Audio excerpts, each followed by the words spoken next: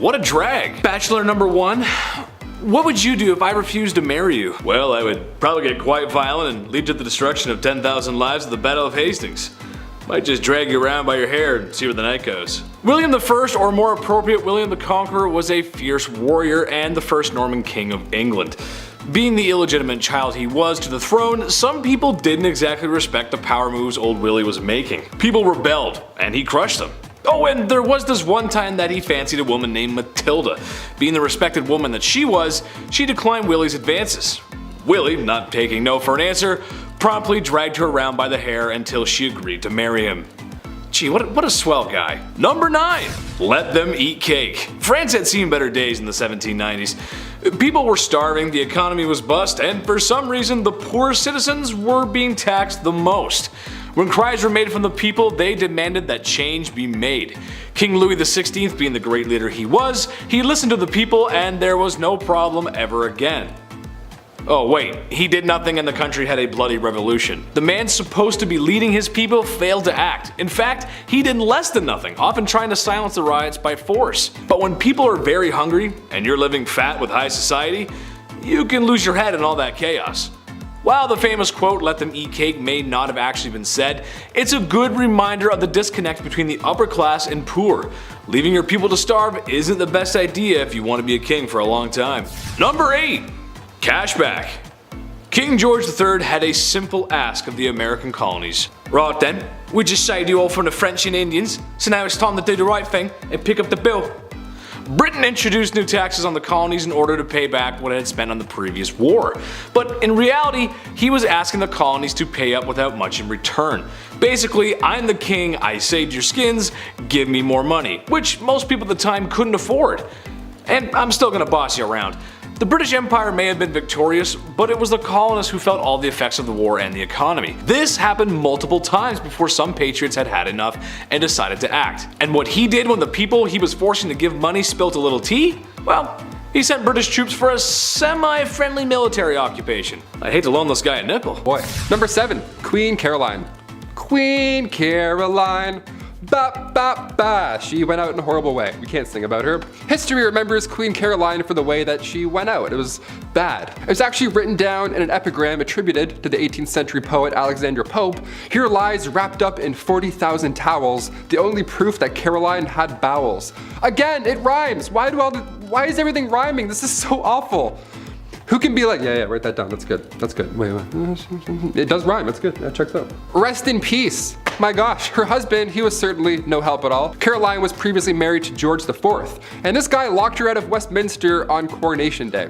So yeah, she went out in a horrible way, but let's not forget the marriage that came beforehand. That wasn't pleasant either. Nothing in this guy or this marriage was pleasant. Number 6, Henry VIII. Of course he's back. He had 6 wives and it was pretty much entirely bad for all of them, yeah. It was the late 1400s. Henry took the throne in 1509. This guy was only 17 years old when all of this madness began to unfold. Only days after the execution of Anne, who I mentioned on part 1 of this list, so days after he married his 3rd wife, Jane Seymour. Anne Boleyn and Jane Seymour's mothers were first cousins, so they were close, and during all of this, they of course went head to head more than once. Jane died shortly after giving birth to Edward VI on October 12, 1537.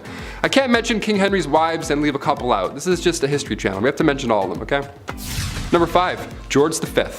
Turned out this guy loved stamps. Maybe a bit too much though, I'd say. It was almost distracting. It was taking out many hours of his day. Like, focus on other things, like say maybe, I don't know, the war.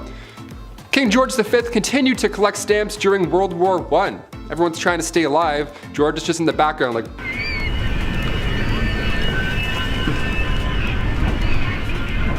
Like all collections, they started at an early age. It's now at a point where it's just, past impressive and borderline strange. Especially if you're a royal, like you're really going hard with this. This guy had albums on albums of stamps. He had around 330 albums, each was 60 pages, full of stamps. That's 20,000 pages full of stamps. That's a lot, way too many stamps. So naturally, he was nicknamed the King of Stamps, or rather the King of Philately. That's the official term for collecting stamps. We're historians here, we have to make it official.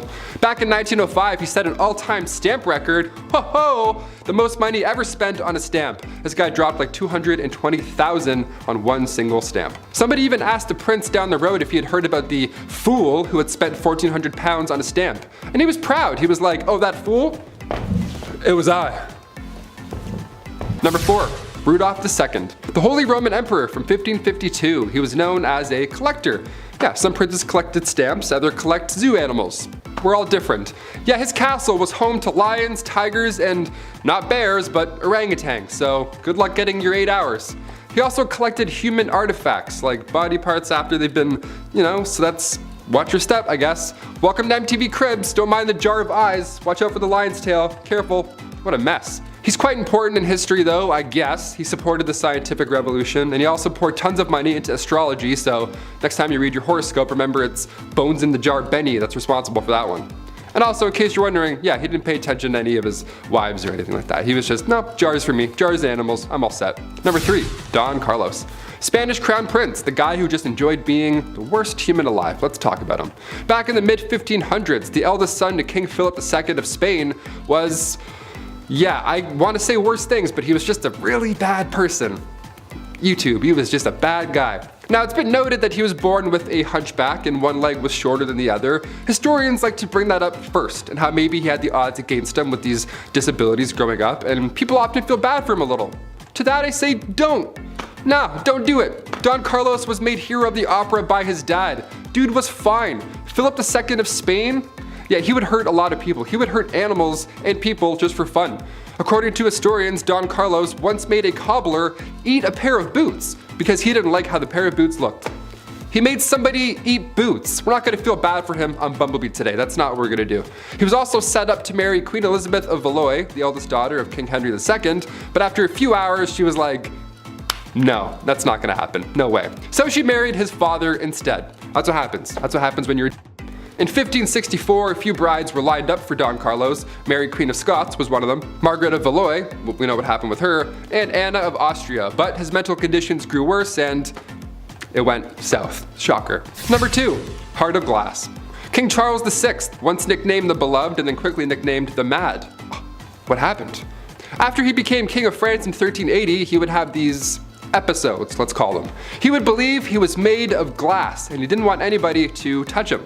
He had this glass delusion, which was surprisingly not uncommon, believe it or not, for this time period.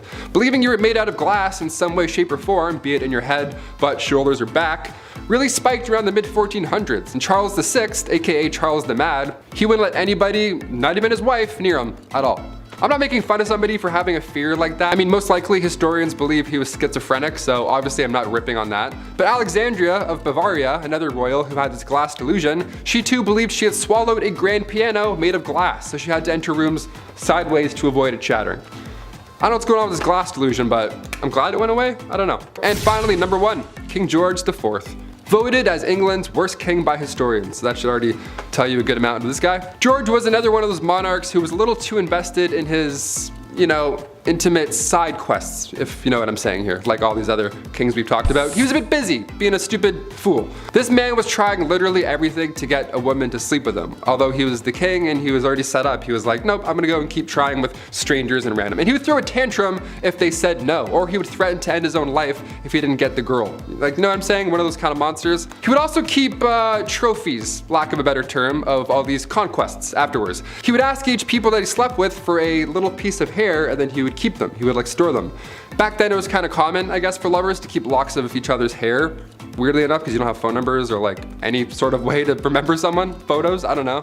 So you kept their hair. But after the king died, his brother found 7,000 envelopes, each with a lock of hair that was, quote, enough to stuff a sofa, end quote. At number 10, the king of hobbies. Everyone has their interests, right? Like, for example, I like video games, and I like watching people scream at their teammates for not helping everyone else out. I'm looking at you, Blake. For kings back in the day, they didn't have people on Rocket League to scream at, so they had to find other interests. For Tsar Peter the Great, he had a lot of interests, and they were all very bizarre. Firstly, he had an obsession with short people, especially dwarves. To him, they were like his real-life dolls or something, and he would hold weddings for them, and even hold lavish funerals, complete with small horses pulling a small coffin on a carriage, and even a very short priest to hold the ceremony. But other than this obsession with short people, he also dabbled a bit in medicine. He liked watching surgeries be performed like he was trying to be on Grey's Anatomy or something, but when watching the surgeries just wasn't enough for him, he would sometimes perform them himself. Now remember,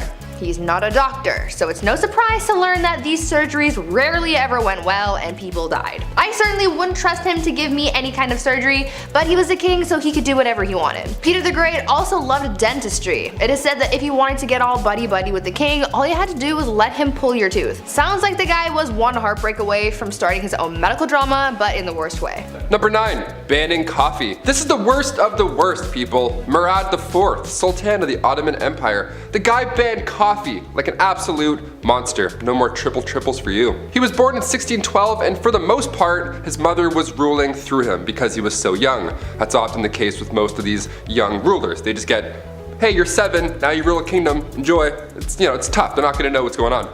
But when he got a little bit older, he put forth these laws, punishable by death, might I add, in order to get things back on track. That was the key. He banned coffee, tobacco, and alcohol. He would actually disguise himself as a civilian during the nighttime and would wander around aimlessly in hopes that he would find one of these dark roast renegades. If you were caught outside having a quick smoke break, you weren't arrested, you didn't get fined, but rather, Murad IV himself would take your head off right there in the streets. No trial, no jury, just straight to execution. All because you're drinking a Bud Light Lime. At number 8, why you mad? Now this could be a bit of a controversial opinion, but if your name includes the words the mad, I would assume that you're not doing too great, right? I mean, you have to earn that title, and if it's a title that harsh, that simply begs the question, what in the HE double hockey sticks did you do to get that name? Well, for Charles the Mad, he did a lot. Charles became king when he was only 11 years old, so that certainly didn't help his development, and knowing this kind of helps explain a lot of his actions. He was known for getting really angry and throwing fits of rage, and was known to give people the gift of the big sleep, if you know what I mean. Charles didn't always kill people though, only sometimes. Other times he liked to switch things up. Sometimes he would run around his palace pretending to be a wolf. Other times he would go through phases where he just really didn't want to keep up with his personal hygiene, and he would get so gross that he literally had to be cut out of his own clothes. Now I don't know how long you have to go without bathing to get to that point, but really I don't think I want to know the answer to that question. Charles also thought that he was made of glass, and so he would go through phases where he would sit completely still so that he didn't break. Kind of like Drax from Guardians of the Galaxy, but not as, extraterrestrial. Well, maybe he was. That honestly would explain a lot. Number 7. Terrible Ivan. He wasn't called Ivan the Very Friendly and Generous, and would for sure never cause any harm to anyone ever. He was Ivan the Terrible, and for good reason. His actions are very unholy. Let's start with the fact that he killed his son's pregnant wife, and when his son came to confront dear old dad, his son was struck with a pointed staff, killing him in a fit of rage. A legend tells us that once St. Basil's Cathedral was finished construction, he was so pleased with the architect, to reward him for such magnificent work, Ivan gouged his eyes out so that no one would ever design something so beautiful again. His paranoia also caused the slaughter of Novgorod, where after he was done claiming thousands of lives, he burned all the fields just for good measure. Wouldn't want all those dead people farming without your permission. Should we tell him about the other world monuments? Number 6. Off with her head! Henry VIII is more well known for how he treated his wives more than his leadership. With a reign of over 20 years, the man had a few wives. 2 of his wives were executed for ridiculous reasons, another was divorced. Turns out, actually, the church wouldn't grant that divorce he was looking for. So Henry went and did the next best thing. He broke away from the Catholic Church and dissolved the monasteries, taking their wealth and redistributing it as he saw fit. Nothing is unholier than trying to get away from the church. Historians believe that his divorce actually led to the English Reformation. Number 5. Nothing left. Alexander the Great was an excellent warrior for his time. Having conquered so much at a young age is really quite impressive. His empire stretched from Greece all the way to India. For a history class or a good book, this is fine, but in reality, he was a conqueror. The places he was marching into weren't exactly happy to have spear-wielding visitors. He laid siege on multiple cities, executed those who defied him, and sold people into YouTube's least favorite S-word. Just about checks off everything a guy needs to be considered a tyrant. History remembers his conquest, but I for sure will not forget how brutal conquerors can really be. Number 4. Chop chop. While Maximilien Robespierre was not a king in the monarch sense, he did hold a lot of political power in France when the political climate was quite messy. Plus, France was at war. But even messier than that is the way he dealt with citizens who were deemed anti-revolution. by sending them to the guillotine. Within a 1-year period, he sent 17,000 people to their dooms via the National Razor, or as it became to be known. He even began practicing deism, something he called the cult of the Supreme Being. And if you know your history, you know that you can't get away with that forever. And with some sweet poetic justice, Robespierre was sentenced to the guillotine. Number 3. All my friends are dead. Usually when people expire, the human thing to do is bury said lifeless human. It's just what we do. But apparently Ferdinand I of Naples did not get that memo, instead taking a page from Night at the Museum. No, this is not a cute comedy movie starring Ben Stiller, but in reality a complete horrifying nightmare. Ferdinand took the saying, "keep your enemies close," a little too literally, as his favorite form of punishment was to mummify his enemies, which, let's face it, if he's a king, there's gonna be plenty. And he would like to display these mummies in what's probably the coolest place to be if you're into that weird goth stuff. He did keep some alive in the dungeon, but he much preferred his guests embalmed, where he would have them dressed up on display, just as they were before making the mistake of crossing Ferdinand. Now, what's the point of having that hardcore collection if you're not going to show it off? Well, he did. To the people he suspected of treason, which, in a place like that, treason leaves your mind pretty quick. Number 2. Average height for the time. Napoleon Bonaparte was one of the greatest military strategists of his time, maybe of all time. With full support of the French army, Napoleon found himself earning gallant victories one after another, all being accomplished at a very young age. However, after years of great success in multiple wars and kicking a lot of imperial butt, it started to go to his head. Shortly after the coup that overthrew Robespierre, Napoleon had gained enough support to claim himself as the Emperor of France. With said power, dissolved the freedom of press, reduced the rights of women, and oh yeah, he was at war with most of Europe for years to come. While his military victories cannot be understated, his rise as a tyrannical dictator makes him very unholy. Number 1. Dracula. There's been a lot of unholy things said here today, but old Vladdy takes the cake.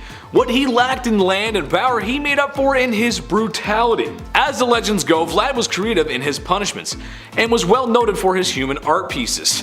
And by art, I mean impaling his enemy on pikes, sometimes through their rear ends, and leaving them as warnings for anyone who dared cross him. Similar to the time visiting envoys wouldn't remove their hats as it is to do in tradition, so Vlad had their hats nailed to their skulls, so that they may never remove them. There are a few other stories that are just too hot for YouTube, but I think he's a textbook example of unholy. He may also be the inspiration for Dracula. Imagine being that much of a monster one is created in your likeness. I mean, just looking at the painting of this guy creeps me out, man. Whoa! Kicking off the list at number 10, a goodnight kiss.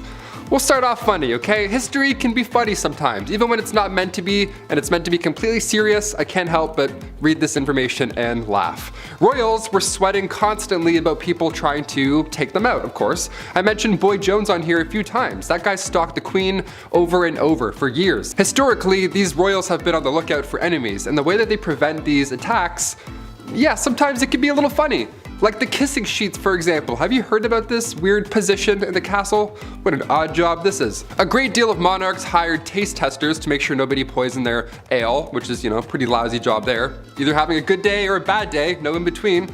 But they also had a guy kiss the king's sheets every day, He just kissed the entire bed. The king size, may I remind you, massive bed. King Henry VIII, this guy hired somebody to literally just go in, get snuggled up, and just make sure the king's bed wasn't poisoned. There's nothing on it that's gonna make the skin go all ouchy. But he would just get in his bed and just go to sleep for a bit. You are required to make the king's bed every morning, of course, and before he gets back in, you gotta get in and kiss that bed, man. You gotta kiss that bed real good. Mwah, mwah, let's go. Mwah. All right, time to clock out for the day. Mwah, one more for good luck. Clothes as well, that was touched. Maybe not kissed, but it was for sure worn and touched. It's so weird. Guys wearing my clothes in my bed. No way, I'd rather get poisoned.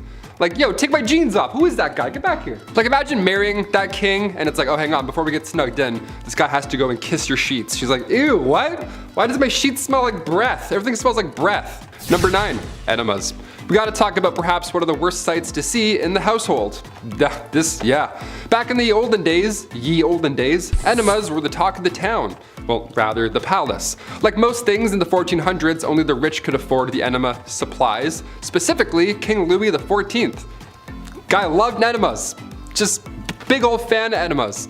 It's believed that over the course of his life, Louis XIV received thousands of enemas. Thousands. It's a lot A lot of decimals. Decimals for enemas. In just 1 year, Louis received 212 enemas. Like, guy, that's like 112 too much, I'd say. I don't know. He would always take it a step further, and dare I say, a step fancier, by using almond milk for the enemas. Imagine being married to a guy and he pulls out almond milk and you're like, oh no, not again. Come on, Louis, please, I just ate. Number 8, no bathing in this house.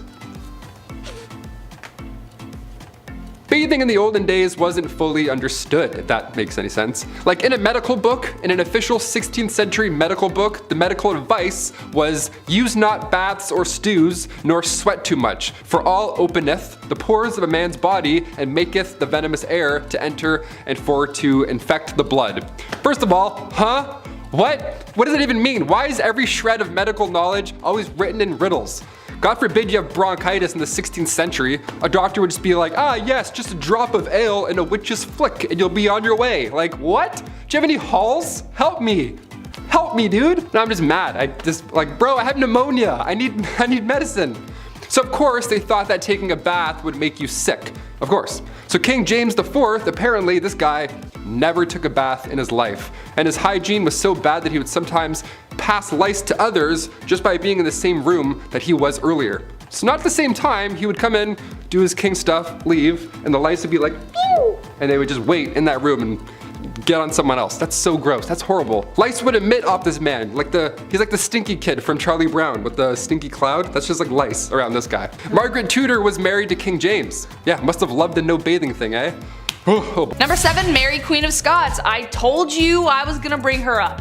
A name you will recognize as I've already mentioned her before, but in terms of who the villain in that story is, it depends on which side you're telling the story on. Mary's story is full of tragedy, romance, betrayal, loss, and heartbreak. Unlike Lizzie, Mary was a dedicated Catholic and spent the entirety of her reign trying to gather the Catholics against Elizabeth. She had a series of marriages and relationships that led to tragedy every which way she went. Her first husband, the Dauphin of France, died shortly after their marriage. Her second husband she loved until he became a drunkard, and then she just started running things. But he was mysteriously unalived while she was 6 months pregnant. He was inside a building that exploded, but his body landed outside and it turned out he was strangled. So what happened there? She would later give birth to 2 stillborn sons, but she would have sons later on. She would have a son who would inherit the throne after Elizabeth's death, but it was due to Mary's plotting and scheming that eventually ended her in death. So she did actually plot to kill Elizabeth.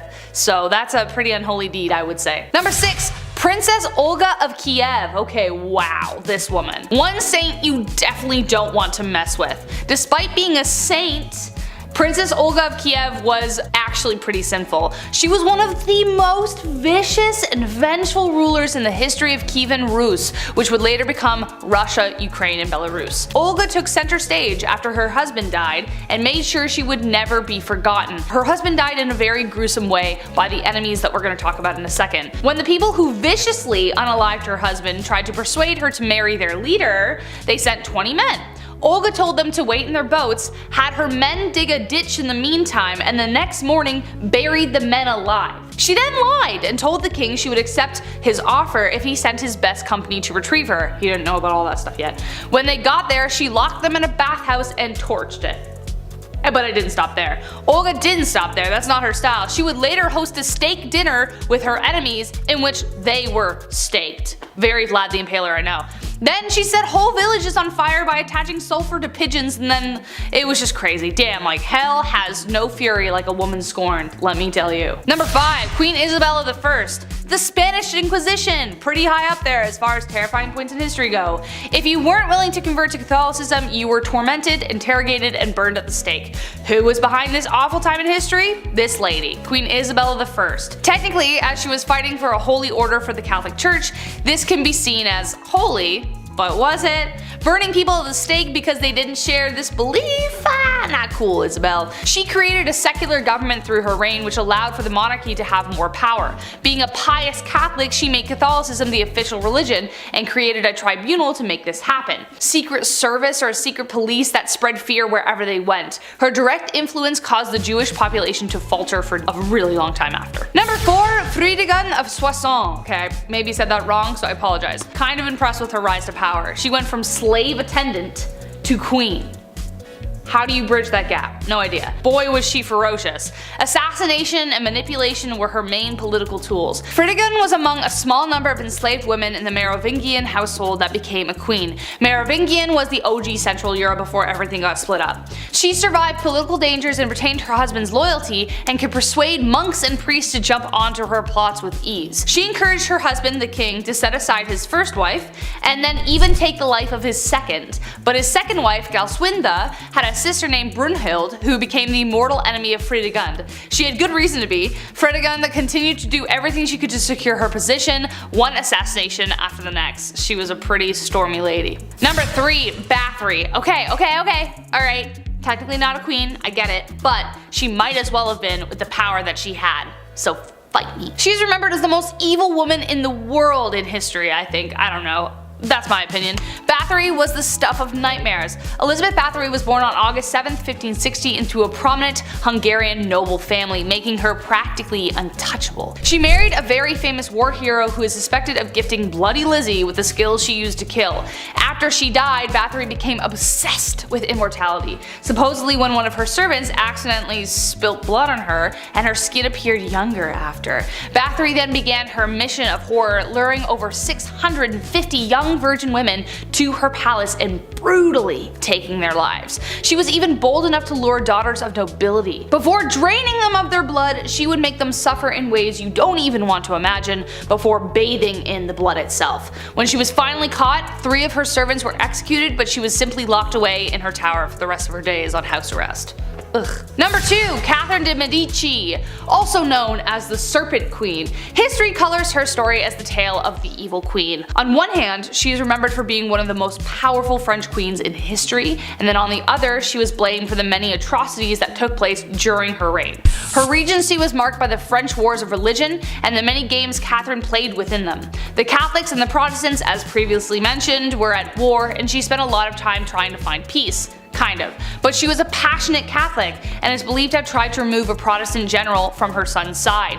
When he survived the attack, she lied and convinced her son that the Protestants were responsible, so she scapegoated them. So he authorized taking the lives of their leaders. Enter St. Bartholomew's Massacre. Catherine implicated the general, which resulted in him being the first to be beaten and then tossed out of his own bedroom window. An estimated 3,000 French Protestants were taken out in Paris, but the total countrywide was around 70,000. And last but not least, Bloody Mary, actually known as Queen Mary I of England, so no, I'm not talking about the girl you say in the mirror 3 times so that she appears and you're like, wow, I'm haunted forever. Queen Mary became known as Bloody Mary due to her vicious tirade against Protestants in England during her reign. She even imprisoned her own sister, Elizabeth, who we mentioned at the beginning of this list, due to suspicions of treason. This was unfounded. She bore her father Henry VIII ill will after the stuff he pulled with the church and after having delegitimized her as his heir for a time. After Mary took the throne and married the Catholic King of Spain, she began carrying out her plan for England to become Catholic once again. In 1555, she revived England's heresy laws and began burning offenders at the stake, starting with her father's longtime advisor, Thomas Cranmer, the Archbishop of Canterbury. She burned over 300 convicted heretics, most of them being common citizens, and dozens more died in prison, hence giving her the name of Bloody Mary. The mania. If you were a queen, then you would think that you had enough money to just buy whatever your little heart desired. Though that may be true, there was at least one famous queen who just straight up stole things just because she could. Queen Mary, Queen Elizabeth's grandmother, was quite the kleptomaniac, and no matter how hard people tried to avoid having their things stolen by her, it just never worked. When the queen would visit someone's house, she would walk around looking at whatever knickknacks you had lying around, and when she found something that she liked, she would stand there and just sigh super loudly to get someone's attention. Much like how my dog used to sigh dramatically when he wanted food. Anyways, usually when someone heard the sigh, they knew that this was a sign that the queen wanted whatever she was gazing upon. Sometimes the homeowner would just give whatever it was to the queen as a gift. But if it was something that they weren't willing to part with, then she would either try to buy it off them or just straight up take it when no one was looking. This became such a big problem that people started hiding their prized possessions before hosting the queen in their home, but she eventually caught on to this strategy, so she just started showing up uninvited. She could not rest until she owned pretty much everything in the kingdom. Number 9. No Time to Dine. If I'm eating, don't acknowledge me as a human being. I sound like a pug when I eat, okay? I don't waste any time. I love food, okay? It's business. Now, if you're a queen and you eat fast, well, everybody else has to eat fast as well. This began back in Queen Victoria's time. The queen loved to feast and she didn't waste any time at all. Like, it's really fast. The way the royal family works is that when the queen is done that course or that meal, you're also done. So when Queen Victoria would smash an entire 7-course meal in 30 minutes, which apparently she could do easily, you'd be blowing on your soup still and Queen Victoria would already be telling everybody to pack it up. That's stressful. All because she could eat lots of food in a short amount of time. Also, once the queen gave a toast, you couldn't even speak. Also, once the queen placed her cutlery on the table, regardless of where you were during that course, everybody's plate would then be taken away at the same time. And the next one would then come in. I would just put my food in my pockets, you know, screw it. It's almost like when you go to all-you-can-eat sushi and you have like some sushi left over, you don't want to waste it. You're like, you know what? I'm not paying that bill. At number 8, cross-dressing. Empress Elizabeth was quite the character, I guess you could say. Since she was a monarch, she could do whatever she wanted, and that is exactly what she did. You see, she was quite into fashion, more specifically men's fashion. The Empress believed that she just had legs for days, like Naomi Campbell, and she wanted to show them off to the world, but the only problem with that was the fact that back then, pants were reserved for men, and so since she wore dresses all the time, no one got to see her godly legs. Well, to combat that, Elizabeth came up with a solution. She was known to hold huge parties where everyone had to cross-dress. She only did this so that it would give her an excuse to wear pants. And I mean, she could have if she just wanted to wear them on a regular day, but she didn't want to be the only woman in men's clothing, so she made everyone else dress up too. At these parties, no one looked good or really enjoyed themselves for that matter. Women complained that the men's clothing they wore to these parties were unflattering, and the men were just all over the place because they didn't know how to maneuver a hoop skirt. The only person really having a fun time was Empress Elizabeth, but I guess that was really the whole point. Number 7, food. Nice. Whether you like it or not, at some point in your life you're gonna have to eat, and if you're like me, that means all the time. Steaks, ribs, beer, Burger King, pizza, pasta, ham, and chicken wings. Nice. It should be no surprise that I like beer and barbecue, and to answer your question, yes, I am the most fun guy to be around at the barbecue. Why? I just like to have fun and I like to eat good food, man. That's just it. Imagine a world, however, where there is no pizza and chicken wings. I know, it's horrible, right? Ugh. Food was always a concern of commoners in ancient times, and as much as I love meat, it wasn't always available. They just didn't live in the industrial agricultural world that we live in today. For Romans, it was a steady diet of breads and nuts, and if they were lucky, maybe some cheese or soup. But for the kings and emperors of old, well, if you feel like vomiting after all you can eat buffets, it makes you feel, some first world kind of guilt, then look no further than ancient kings. Food might be the most excessive way they live, really. All kinds of meats all the time, beer, wine, fresh fruit and vegetables, which for health reasons is pretty huge, and to make them huge, maybe even some desserts. The Egyptians, for example, were known for their sweets. And now I'm hungry. We should go to a banquet together. Number 6, 6,000 knights. Being a medieval knight, obviously, it sounds cool. They have the sword, the horse, the flowing hair, all that good stuff. They're saving the damsel in distress in some sort of tower. Well, no, it actually sucked being a knight at all. First of all, chainmail. You know how heavy chainmail is alone by itself? It's like 55 pounds. All that chainmail underneath your armor, no way. My body, this Q-tip spine would just break in half. No way. I can't even get on a horse wearing jeans and a shirt, let alone chainmail. Being a knight is something that starts when you're 7 years old as well. You gotta start as a little royal tot. Then you'd be given to a noble to learn and be wise for 7 years, some, Yoda type scenario. And then at age 14, you become a squire. A knight's intern, not an ideal job to have when you're 14, but if you stick it out just 7 more years, then you're an official knight. That's it. But then what? Do kings have 2 knights? Do they have 4 each? Is it like a breakdance squad? Is it like 8s? Groups of 8s? How do we do this? Henry II of England could call up to 6,000 knights. This was back in the late 12th century. That's a lot of backup. That's a lot of shiny, majestical backup. My favorite knight still to this day, I don't care, Martin Lawrence. Jamal, Scott, Walker. What's up? What's happening, y'all? Number 5, big money. This is no surprise to anyone, I'm sure, but back in the day, I'd argue the division between wealth and poor was larger than today. Kings had it all. If you listen to what Taylor's saying, he knows what he's talking about. Food, water, power, what else is there? Well, how about the coinage to make it all happen? The bread, the guap, the dosh, and my favorite, the cheddar. Yes, that's right, the ancient king's wealth. Whatever they didn't already possess, they could take by force or simply just bought with incalculable riches. With uncalculable riches. So much money. They had so much money. I can't make it clear. They had a lot of money. A great example of this was Mansa Musa, a very wealthy king from the Mali Empire. It's speculated he might have been the wealthiest person to ever walk the face of the earth. Earning his riches through the trading of gold and salt, he decided to show the international community how rich he was, and went on tour, because that's just something you do when you have millions of dollars, I guess. Where in multiple cities he spent and gave away so much gold that it upset the city's economies. That is a big flex. Okay. Donald Trump might have hotels, but Mansa Musa has everything else. It's kind of like Monopoly when one player has a boatload of cash and they go from one good property to the next. So if they land on something, they got all the cold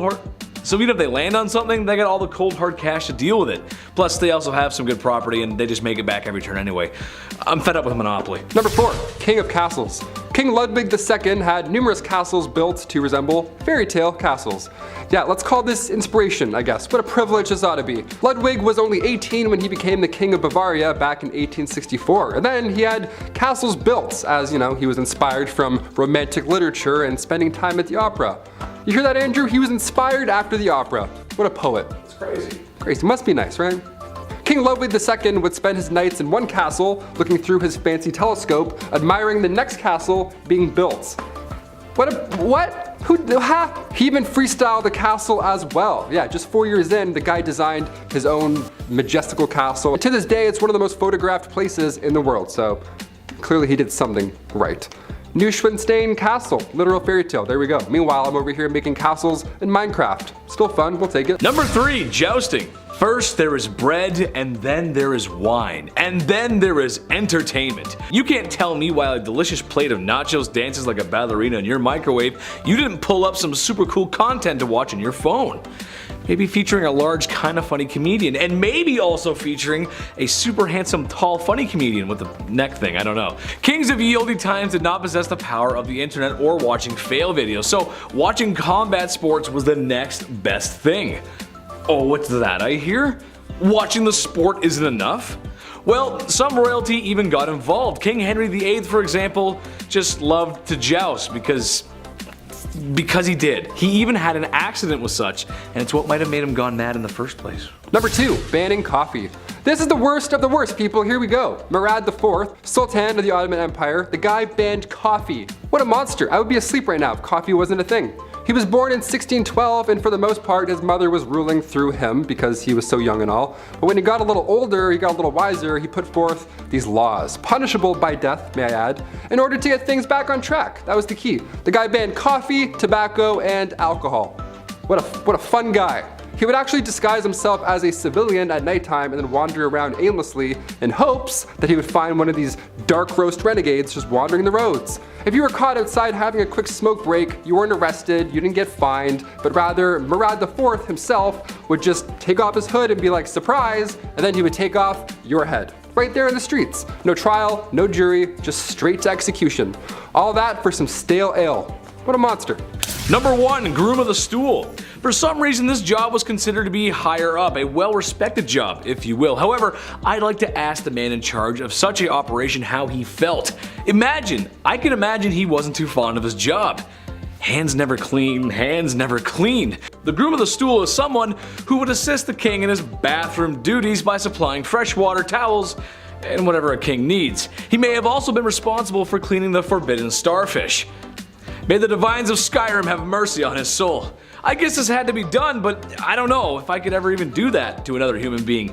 If you've ever eaten Taco Bell late at night and washed it down with some Baja Blast, then you know the kind of explosion awaits the porcelain throne in the morning. So yes, having a servant present at your bowel movements is a privilege that most other folks just didn't have, but would you really want one? Number 10, Elizabeth I. Good old Queen Bess is one of the most remembered queens in the British monarchy, male or female. She's a pretty big deal. Elizabeth loved to make her fellow male nobles fall under her spell. She was witty, cunning, and very well liked by her court. However, one of the things that earned her some enemies was establishing a Protestant England. Her sister Mary, her predecessor, fought very hard hard for the opposite. She was very Catholic, and we will get to how bloody that was later. But Queen Bess a lot of people off, especially Spain. She was supposed to marry the Catholic Spanish king after her sister passed, but she turned him down. This led to a conflict between Protestant England and Catholic Spain, but her navy defeated the Spanish Armada in 1588. Mary, Queen of Scots, laid claim to the English throne and was one of Lizzie's greatest internal threats. Mary was a Catholic, which made all the Catholics of England back her. Mary was also presumed to be behind several assassination attempts against the Queen. Finally, Queen Elizabeth had to take action, and after keeping her cousin hostage for 20 years, she finally had to have her executed. And we'll talk more about her later. Number 9, Catherine the Great. So Catherine the Great was called the Great for a reason. She was a pretty epic woman by most accounts. She even had one of the first vaccines, which is pretty crazy. Though she wasn't actually born in Russia or even Russian at all, Catherine was not content to go down in history quietly. She considered herself an enlightened ruler, and history tends to agree, with aims of prioritizing education for the people. She had many lovers, and there is enough evidence to suggest that the son she had was illegitimate.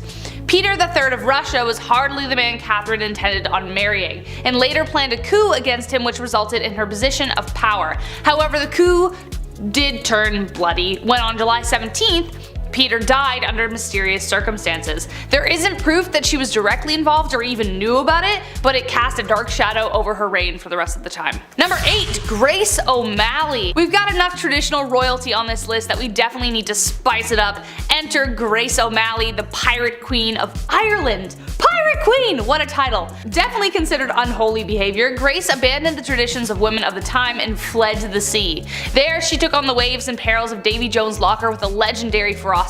She was born into the clan O'Malley around 1530, around the time of Henry VIII's rule over England and Ireland. Clan O'Malley was a notorious seafaring clan and ruled the southern shore of Clew Bay, Achilleland, and most of the barony of Murrisk for over 300 years. Grace was really well educated and could even converse fully in Latin, Spanish, Scottish, Gaelic, and French. She was not one to be refused, and after spending years fighting the British, she finally met Queen Bess, and not only did she speak Latin to her, but she refused to bow, as she was considered a queen herself by that point. Number 7, Party Hard. Zhu Huzhou was the emperor of the Ming Dynasty in the early 1500s. Now, lately we've been talking about kings and queens. We're on part 2s for both now, and there's a good amount who simply just aren't ready. They're too young to rule. Like Joffrey from Game of Thrones. Kings like that actually existed. They were horrible. They were young, they were too young to know what was right and wrong. Plus, they usually have some corrupt parents whispering in their ears the entire time. Zhu took the throne at just age 14, and for a while, ministers were confident that he would grow into the role and become the leader that he was born to be. Well, when he got older, he transformed a zoo just outside of Beijing. He transformed it into his own personal brothel. Yum. I mean, on one hand, I'm glad the animals are free, but like a zoo? You couldn't find a more romantic place? Can convert an Applebee's to a brothel, maybe? I don't know, something with AC? His final days were spent partying, and some would say a little bit too hard. He got intoxicated and fell from a boat. That's how he ended his life. Honestly, not a bad way to go out. Pretty OG. At number 6, love game. A lot of kings and queens throughout history have been known to engage in the horizontal hustle a lot. I mean, when you're a ruler of a kingdom, you don't really have much to do in your spare time, so what else are you gonna do? Play a board game? No. These monarchs were getting busy all the time, but there was one king who was just so obsessed with getting a good old pickle tickle that it just became his whole personality. King Philip V was known to be a nymphomaniac, and he liked doing the deed a lot, but because at the time, the Catholic Church said that having sexy time with anyone but your spouse was a sin, the king and his wife were getting busy all the time. Eventually, his first wife caught on to how to use this to her advantage, and she would often refuse to sleep with him until she got her way with anything she suggested or demanded from him. You would think that he would catch on to this game, but maybe his urges were just so strong because he always caved and gave her what he wanted. Obviously, this man did not follow Hoodville. Absolutely not. Just to give you guys an idea of how obsessed this guy was, when his wife was on her deathbed, before she went he literally tried to get one last bang in. On her deathbed. Like, dude, not the time. Number 5, George V. We love hobbies here on Bumblebee. I mean, I used to collect special quarters growing up. I swear to God. The only time I've ever been good at saving money was when I was 12. I would see one of these and be like, don't touch it. George V turned out he loved stamps. A lot. Like a lot. Since he was a wee young lad, he was collecting these little guys. Here's the unusually impressive part about him though and his hobby. He continued to collect stamps during World War I. This guy was busy, everybody's trying to stay alive, and George is just licking stamps in the library like a prince. Like all collections, it started at an early age and now it's at the point where it's past impressive and it's just borderline strange. This guy had albums on albums of stamps. He had around 330 albums, each with 60 pages full of stamps. Quick maths, that's like 20,000 pages full of stamps. So naturally he was nicknamed the King of Stamps, or rather the King of Philately, the official term for collecting stamps. It's a nice word. Philately. Back in 1905, he set an all-time stamp record, which I didn't even know that was the thing, and it was the most money ever spent on a single stamp. The guy dropped like 220,000 US on a single stamp. Somebody even asked the prince down the road if he had heard about this idiot who spent 1,400 pounds on a stamp, and he was proud of it. He was like, that was me, you wanna see it? The next King George is a little different, to say the least. At number 4, womanizer. I'm going to preface this by saying that George IV of England was voted as England's worst king by historians, so that should already tell you a lot about this guy. Georgie here was yet another one of those monarchs who was a little too invested in his intimate conquests, you know? Now we do know that the encounters that he was on were all consensual, so that's a plus. However, he was still creepy about it. Yeah. This man tried everything to get a woman to sleep with him. He would throw a tantrum if she said no, or threaten to end his life if he didn't get to do the 8-legged nature dance, you know? Somehow, this had a pretty good success rate, even though he was not a catch at all. It feels like this was one of those situations where you kind of just give in to make him stop talking, you know? Anyways, this guy was super creepy because on top of the lengths that he would go to just to get some time in the sack, he also kept trophies of his conquests. He would ask each of the people he slept with for a lock of their hair, and he kept them all. Back then, it was kind of common for lovers to keep locks of each other's hair, but George's collection was alarming because of just how many locks of hair there were. After the king died, his brothers found 7,000 envelopes, each with a lock of hair that was, quote, enough to stuff a sofa, end quote. Fun fact, if you want to see this insane collection, it is in a museum in Scotland, so check that out if you want, I guess. Number 3, kleptomania part 2. On our spoiled queens list, Brie mentioned Queen Mary and how she just couldn't stop stealing, which is hilarious to me, just this old lady stealing your shit. Well, the last king of Egypt also had sticky fingers. He was even better at it too. Check this out. Farouk I was the youngest son of Egypt's first king, Fuad I. Now born in 1920 in Alexandria, and in his early days at school, he couldn't concentrate. The king sent him to England even after to hopefully find a better way of teaching, something that works for him, but still it was to no avail. Once the king passed away in 1936, Farouk then got the throne, but also so much property and so much money. He had hundreds of fancy cars, 75,000 acres of land. This guy had it all. Literally, he had anything he could think of, but still he felt like he needed to take more, to steal. At 17 years old, he would slam 12 eggs for breakfast and then wash it down with 30 bottles of beer. Nutritious and delicious. Horrible. On top of the fact that he loved to steal, he was the biggest hoarder. So he had thousands of shirts, randomly. He also had 50 diamond-studded walking sticks for some reason, and like a prince such as myself, he too collected coins. I mean, his collection was much nicer, but still, great minds think alike. Spoiled minds think alike, rather. Oh shit, this is eye-opening. One of the most bizarre facts about Farouk was he pickpocketed Winston Churchill once. He took the guy's watch. After everything I just said, he still decided to steal his watch. What a gem. We love him. Yeah. At number 2, the king of pettiness. Let's talk about a ruler that the Indian state of Alwar has described as controversial. If his own people are calling him controversial, then you know something's up, and boy, you better strap in because you're in for a wild ride with this one. Maharaja Jai Singh was pretty eccentric in a pretty dark way. He was known to have a temper and act on impulse, and he did some very questionable and downright scary things. He was known to be very competitive and hated to lose. One time while playing polo, he and his team lost, and so in retaliation he blamed the horse he was using and made the horse get extra crispy. He fired his horse. I'm sure you know where I'm going with that.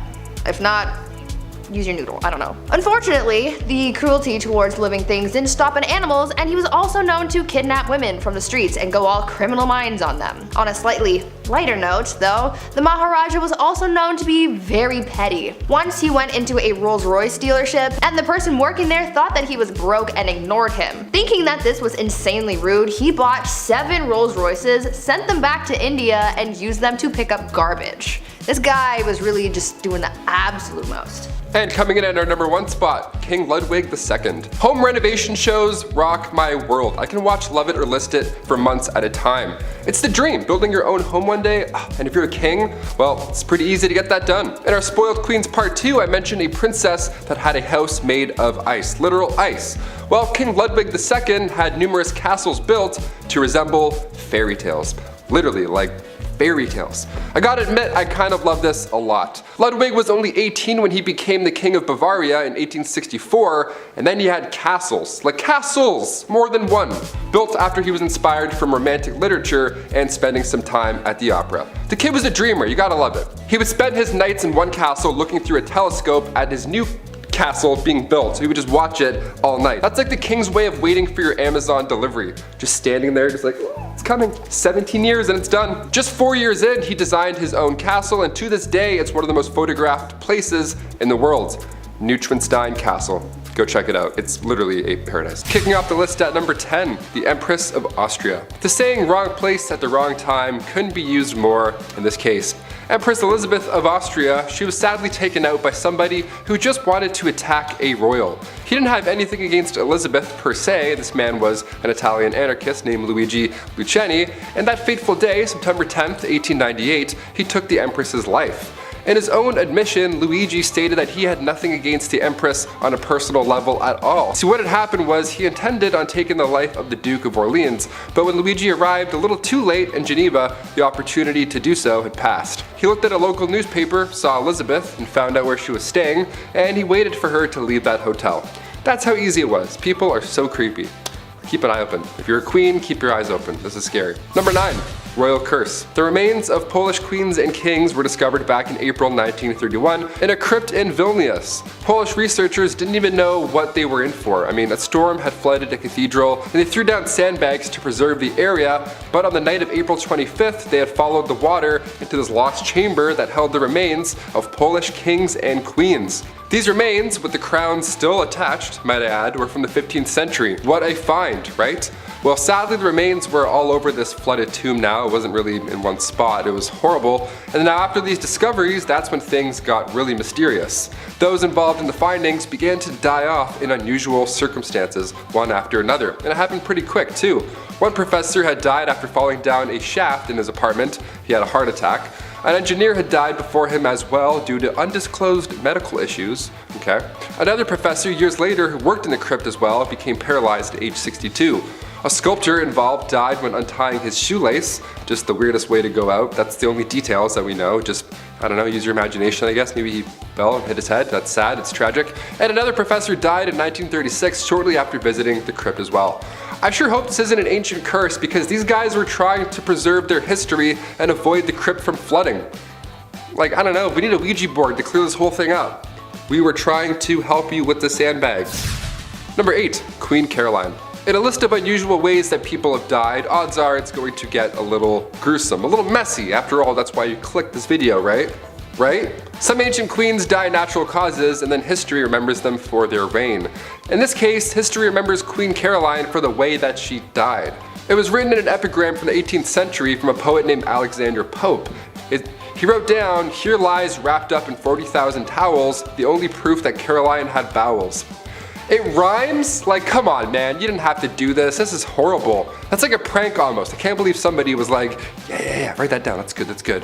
Did it rhyme? Yeah, she'd like that for sure. All right. At number 7, kissing sheets. For thousands of years, monarchs worried about the threat of being poisoned by their enemies, and so they thought of an array of precautions to take in order to prevent being taken out by some kind of spicy death sauce or something. Many monarchs hired tasters to try their food before it was given to the king to make sure that it wasn't poisoned, but some monarchs were also afraid of being poisoned through something that they touched. This is why Henry VIII hired someone with a very important job to make sure that his bed wasn't poisoned. The person who was tasked with making the king's bed was also required to kiss every part of his bed in the morning. They would kiss the pillows, sheets, and blankets to prove that someone hadn't smeared poison on it. The king was also concerned with people poisoning clothing too, so his clothes as well as his son's clothes were also tested for poison before getting dressed. At number 6, eternal youth. I know that there are a lot of people out there who want to live forever. I am one of those people. I am afraid of dying, but I also want to see what humanity will look like many years from now until the sun consumes the earth. Unfortunately, that's kind of impossible, at least for now, until we come up with some kind of way to make people live longer. But this idea of prolonging your life has been around for thousands of years, and one Chinese emperor was super obsessed with the idea and really tried his best to live for at least another 10,000 years. Emperor Ying Zhang was obsessed with finding a magic elixir that would make him live longer, and he demanded that his subjects find this immortality elixir for him. Now, even though he brought a lot of prosperity to people during his rule, he never let go of his demand for immortality, and it put a lot of pressure on his underlings to find him something to help him live forever, but obviously that didn't happen. He was so concerned with his lifespan that he even brought magicians into his court. His obsession alienated him from his people, and after all of that effort trying to live longer, he died at the age of 49. At number 5, no bathing. These days, bathing is kind of a necessary thing. You gotta be clean, you have to smell nice, you have to practice proper hygiene. But back in the olden days, this was the complete opposite, and nobles rarely ever bathed, and it was kind of a trend. Over time, physicians began to believe that bathing was dangerous, and obviously the nobility tried to protect their lives and well-being at all costs, and so they just stopped bathing. In a popular 16th century medical book, it was advised, quote, "Use not baths or stews nor sweat too much, for all openeth pores of a man's body maketh the venomous air to open and for to infect the blood," end quote. So yeah, they thought that taking a bath would make you sick.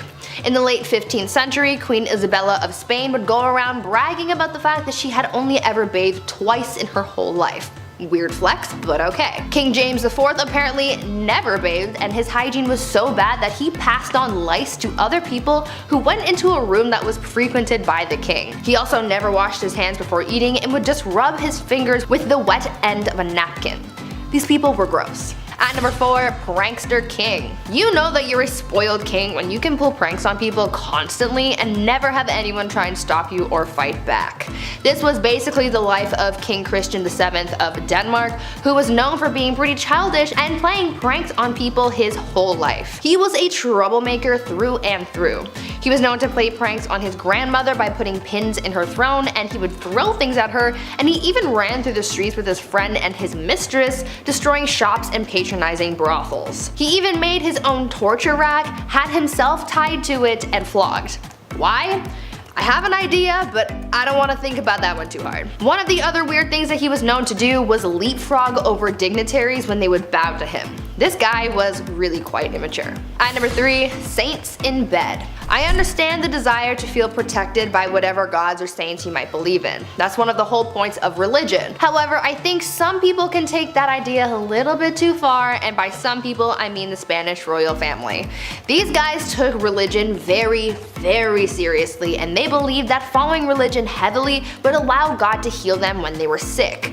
So, when a member of the royal family was ill, doctors would remove body parts or even entire corpses of saints from churches and monasteries and would put them in bed with the person who was ill. Yeah, they slept with the corpses of dead saints to be healed of their sickness. Could you imagine if that was still how medicine was practiced today?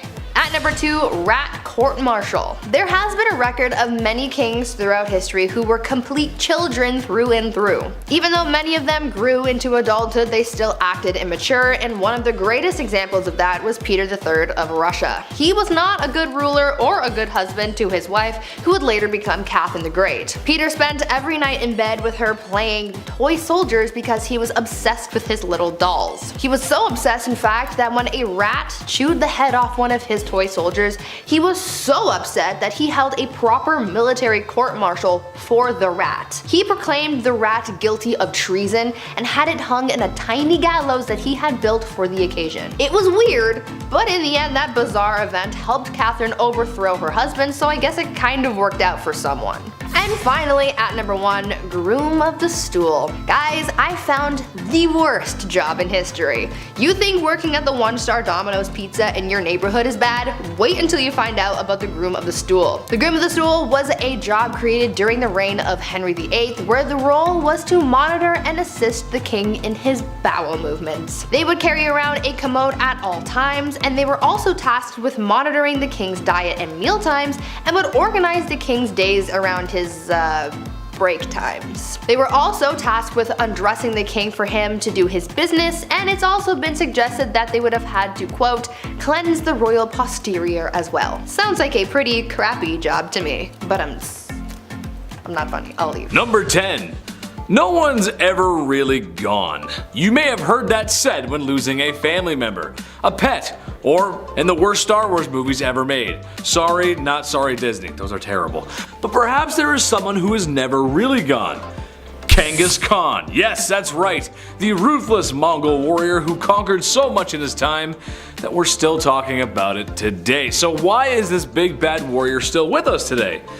Well, that's because of DNA. Yeah, in his time there was lots of activities going on, besides the usual pillaging the village and unaliving those who oppose you.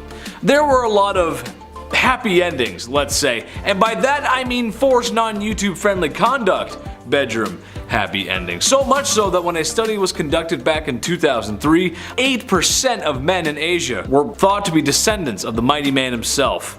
0.5% worldwide. That doesn't sound like a lot, but we're talking about millions of people here. Next time you go out, you may be brushing shoulders with the warrior's kin. Prepare for battle! Number 9. Henry again? Boy, it's really hard not to talk about this guy. But dude was kinda down bad for it. He's just most well known for his mistreatment of his wives, and by mistreatment, I don't mean getting into a fight over whether or not the toilet seat should be up or down and then having a very toxic argument in front of family members. No, because when Henry was upset with marriage, he wanted divorce, which honestly was kind of taboo for the time. Oh yeah, and he also beheaded 2 of his wives because that's how it goes. I know every couple has their issues to work out, but for most dads out there, having sun-drenched beer-fueled weekends, they never go beheading after that. Although, Dad's been staring at the lawnmower for a while and there's a lot of blades on that. Dad?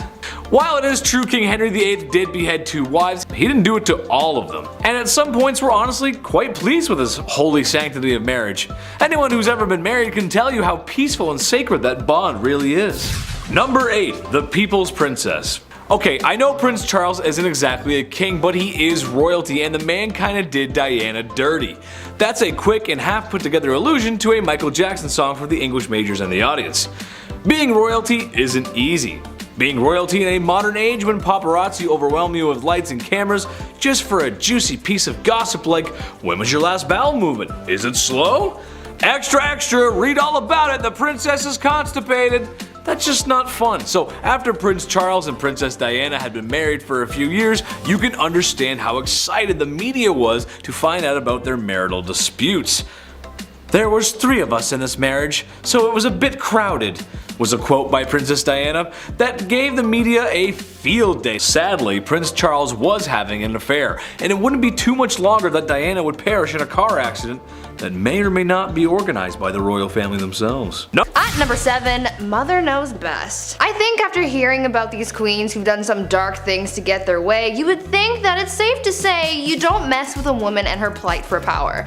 Unless you want to end up 6 feet under, that is. One Roman Empress, Julia Agrippina of Rome, was pretty spoiled already. She lived a lavish life, her husband was the emperor, and she had a family. But that just wasn't enough for her, and she wanted it all. Julia was quite ambitious, and she spent most of her early life trying to dethrone her predecessors. She believed that she and her son had a claim to the Roman throne by birthright, and so she bamboozled her way into royalty by tricking her uncle Claudius into changing Roman law so that they could get married. Ew. Suddenly though, after they got married and she became empress, Claudius died, and most people think that Julia had something to do with it. That's likely the case. She and her son Nero went on to rule Rome from 49 to 54 CE. Julia stayed by her son's side for as long as she could so that she could hold on to her power, but eventually Nero got tired of his mother manipulating him and he had her forced out of power. Julia, as you could imagine, was furious because power was the one thing in the world that she desired most, and so she rallied a group of supporters to try and overthrow her son, but the plans backfired and she was expelled instead. Talk about ambition getting the best of you. Number 6. We are family. The last queen of Madagascar. Queen Rana Valona was one of the worst. She was born in 1788 and she ruled over the kingdom for 33 years. She was so cruel and violent that she would often choose violence first in order to preserve independence over the island. She's known as the most ruthless queen in history. After the death of her husband, she just went mad with that new power. In the late 1700s, her king brought peace to the land, but of course there were traditionalists who opposed him. The king's uncle at one point tried to take him out, but a local warned the king. That king repaid the local by adopting his daughter, Rana Valona, to marry his son, Prince Radama. Now, when her prince was alive, they didn't get along at all. And then come 1810, the king passed away, giving Ranilova the promotion of a lifetime. It's also theorized that she poisoned him too, so that's horrible. Ranilova kept away the advances of the French and the British and left bodies of those who tried to attack out for display on the beach. Lovely, like bobbleheads. In 1845, Queen Rana Valona ordered 50,000 subjects to build roads across the jungle for 4 months straight for this massive buffalo hunt. Well, 10,000 of those poor souls died of starvation and exhaustion, and also not one buffalo was hunted, nor seen. Great plan. At number 5, Queen Batman. Batman.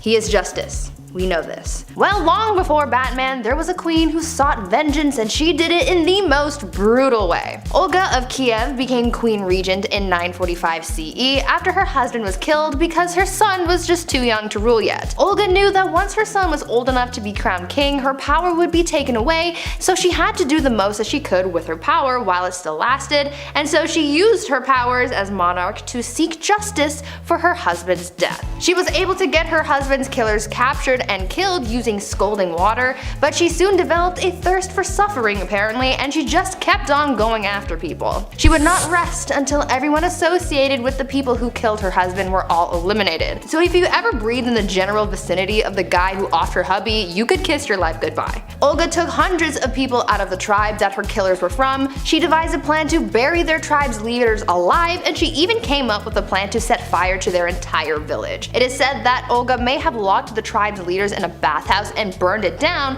but we don't know for sure. All we know is that she definitely was not okay. Number 4, no crust. This next one, honestly, I stand by. I see no wrong here. Queen Elizabeth II, still rocking to this day. She's been known for a few funny, quirky queen things. Like one of my favorites, for example, she has somebody on payroll who breaks in new shoes for the queen. Every time I buy Vans, my ankle always does that little foot rub. If only I were a queen, damn it. But we're talking about unusual things here, and one of the weirdest things I've ever heard is that the queen has refused crust on her sandwiches. This has been a no-go for about 150 years. It's not recent at all. You might be thinking, oh, maybe she's old, she can't chew her jawbones. Nope. Way back. This goes way back for no reason. Right around the time of Queen Victoria and her husband Albert. They viewed anything square-shaped as bad luck because it looked like a coffin. I've never thought about death while eating grilled cheese, but now I definitely will. Thank you. This must be a pretty scary job, cutting the crust off the queen's bread. My hands would be shaking the entire time. Also, diagonal or down the middle? Let us know. There's only one right answer. At number 3, Evil Empress. This next empress is pretty similar to Olga of Kiev, whom I talked about earlier. Empress Wu Zetian also had a thirst for blood and suffering, but not towards people who have necessarily wronged her. You see, when she came into power, she was determined to keep that power by any means necessary, so she had all of her rivals killed. So anyone who could possibly overthrow her or come for her seat on the throne was eliminated. The empress ordered the execution of the previous empress, as well as members of her own family, including her own newborn daughter. She didn't want to risk anyone taking away her power, including her own offspring apparently. She didn't hold back on the methods of eliminating her rivals either. Yeah, sure, she could have just done a 1-2 stabby stabby and called it a day, but that's no fun. Instead, she had people poisoned, strangled, mutilated, or even burned or boiled alive. good soup. Eventually, she retired from her part-time job of sending people back to their maker and started spending more time with her lovers and getting addicted to aphrodisiacs. People weren't quick to forget about all that bloodshed though, and so to get back at her, they had all of her lovers killed and the Empress was exiled. She got a little too greedy and karma came back with a vengeance. Number 2, Ice Palace. If you're a fan of the film Frozen, this next one is gonna get you jazzed right up. Anna Ivanova, the Empress of Russia from 1730 to 1740. Okay, so in celebration over their victory with the Ottoman Empire, Anna gave the order to build an ice house, this massive ice palace. Best place to cool down if you ask me.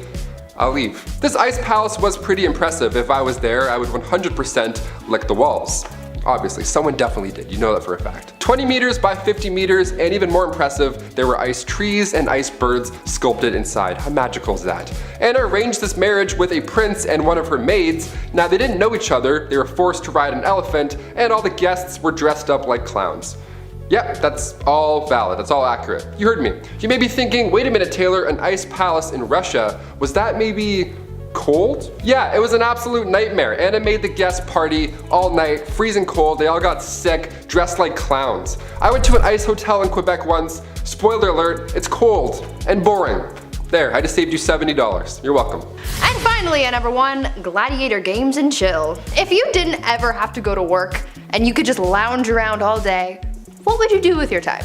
Really, anything could be possible. You could be like the Bruno Mars Lazy song. Well, there's one empress from back in ancient Rome who occupied her time with the company of others. Apparently, Empress Valeria Messalina was famous for her exploits. Since she was empress and she had all this time and money and no one to tell her no, she took full advantage of that and bought a house, turned it into a brothel, and made that her side hustle. A lot like Littlefinger from Game of Thrones. Though she had a collection of women who worked there, she also was known to invite upper class ladies to participate in the nightly escapades as well. And don't think that Valeria did jump in as well. She was considered to be quite something in the sack.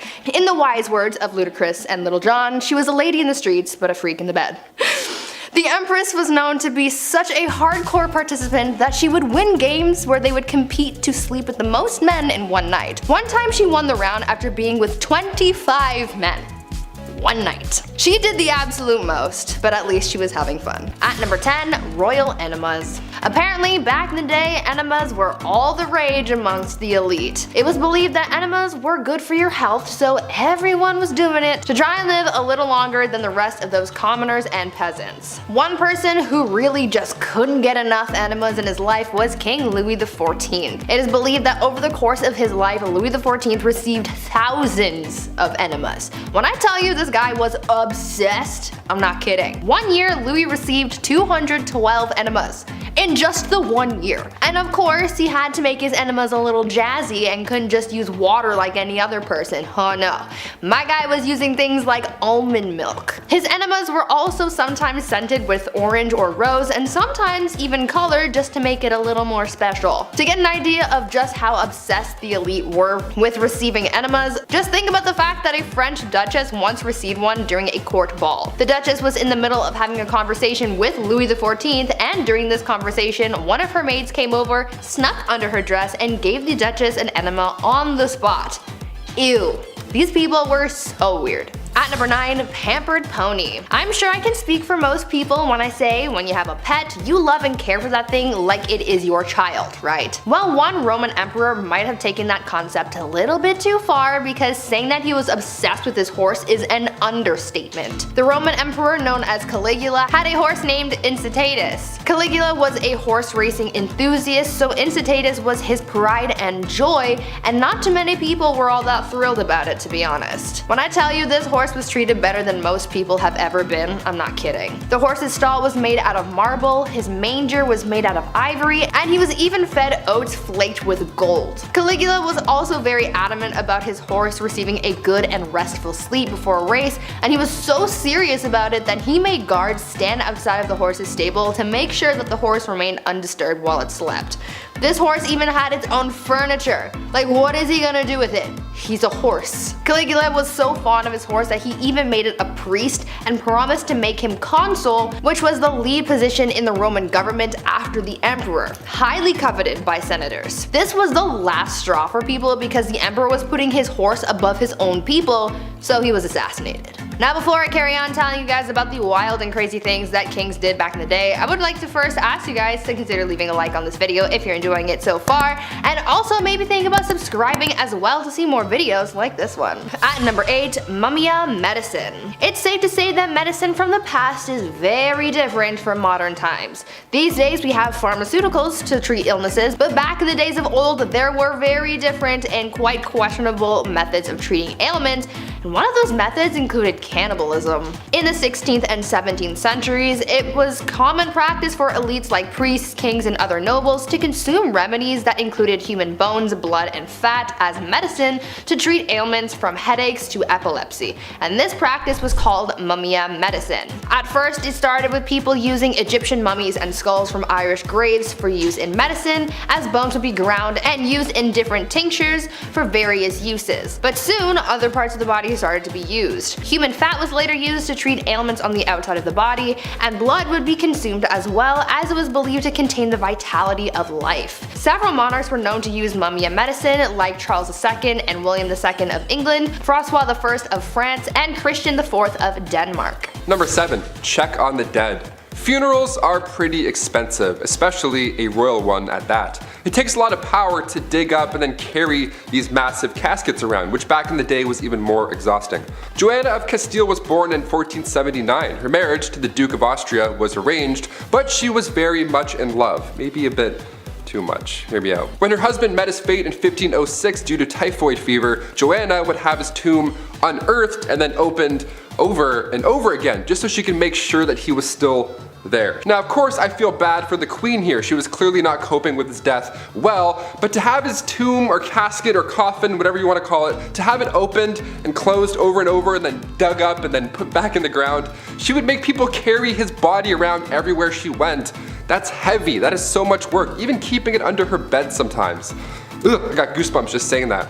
That's pretty creepy. Ashes I could understand. That's like a one-man job to carry that around, but a 1,000-pound royal coffin that you have to carry 30 city blocks? My back already hurts thinking of that. No thank you. I quit.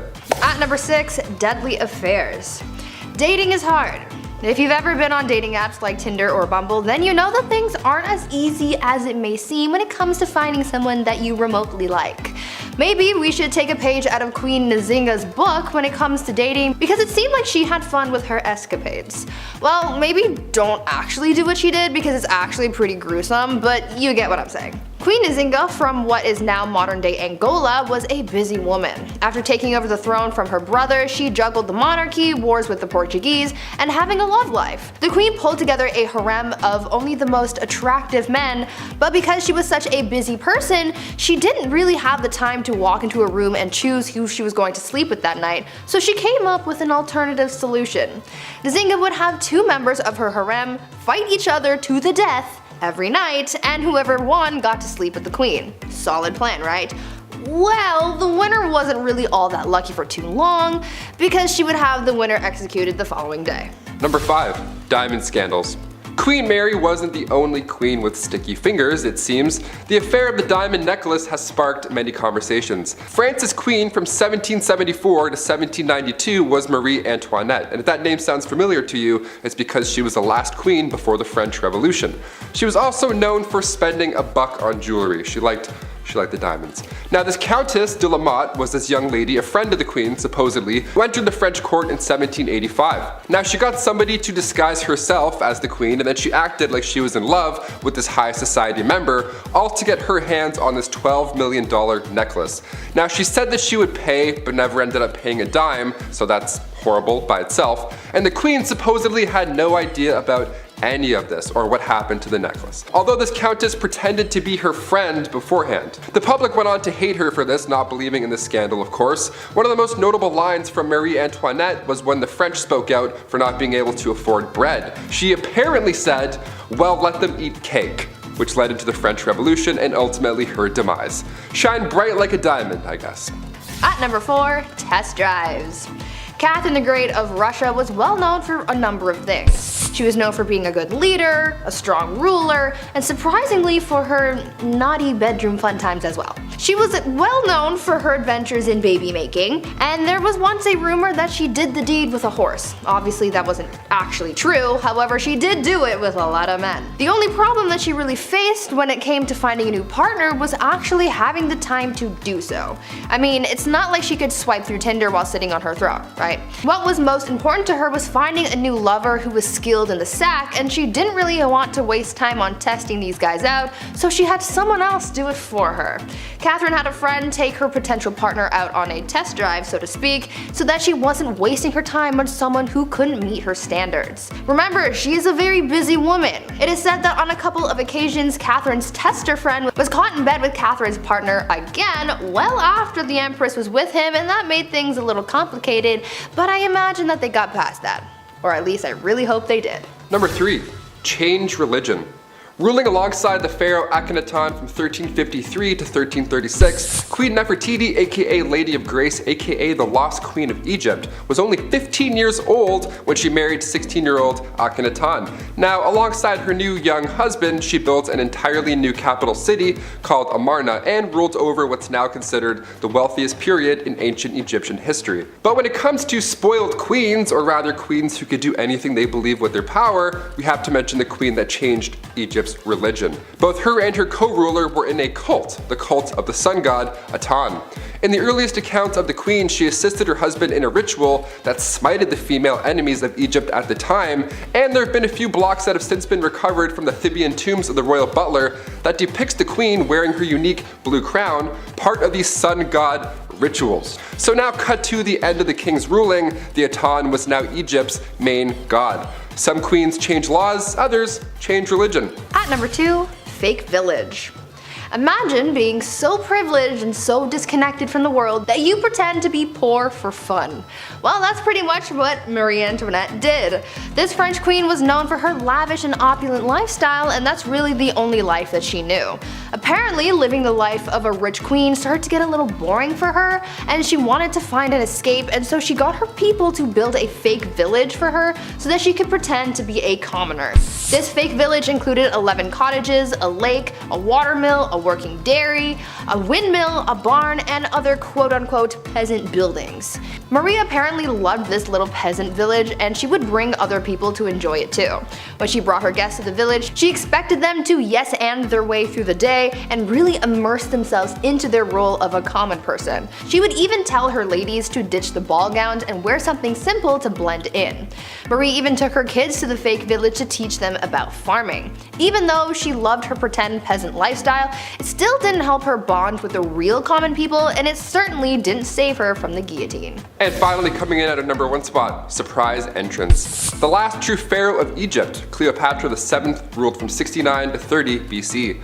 She's known mainly for her love interests, of course, her two mans, Mark Antony and Julius Caesar. And to this day, we're still trying to uncover more dazzling details of the lost queen. Now, she ruled alongside her young brother, and her life was much more than being just beautiful, which is what everyone seems to focus on more than anything.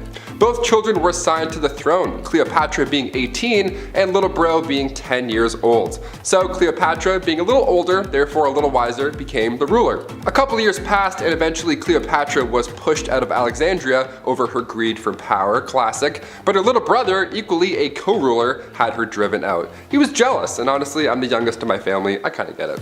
But Cleopatra wasn't quite done yet. She had a few tricks up her sleeve. Believing she was the goddess Isis reborn, this beautiful goddess, Cleopatra made these dazzling entrances whenever she could, most notably in 48 BC, right when Caesar arrived in Alexandria during that family feud with Ptolemy VIII. She wanted to meet the Roman general, but she couldn't be seen because there was a little bit of family beef, so she had herself wrapped up in a linen sack and then personally delivered to Caesar's bedroom. Hashtag your order has arrived. Surprise. Now, she won the heart of Rome's future dictator here, obviously, and eventually she regained Egypt's throne. Her brother wasn't too fond of this alliance, and in the following battle, he drowned in the Nile River, resulting in Cleopatra's return to power. Kicking off the list at number 10, a fool. While ancient kings have all the riches one man can possibly have, it's still somehow never enough. Kings also have their own walking, talking party. Yeah, how fun is that? The earliest accounts of the fool go back to the 11th century. These fools were hired to liven up the party. Most of you may have an image of a jester in your head just jumping around on tables, telling jokes, juggling with big pointy shoes, wearing pajamas. Yeah, that's pretty accurate. It was pretty fun. One of the best jobs to have was the title of a minstrel or a fool. It was an honor to have, really, and the fool's payment was no joke. Roland le Picheur was rewarded with 30 acres of land from King Henry II, as long as he showed up to court every year on Christmas Day to fart. Literally, he would show up and fart around.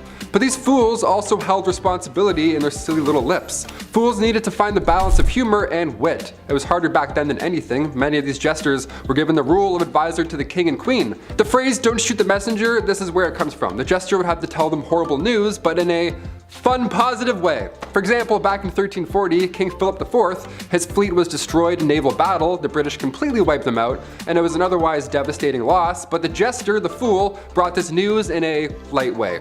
He said to the king, "They don't even have the guts to jump into the water like our brave French do." And then he farted and disappeared. Number 9. Access to clean water. Today in a modern world, there are things that we just can't live without. A vape pen, Starbucks, and that weird looking back massager that everyone says they bought for their backs, but it's actually for their undercarriage.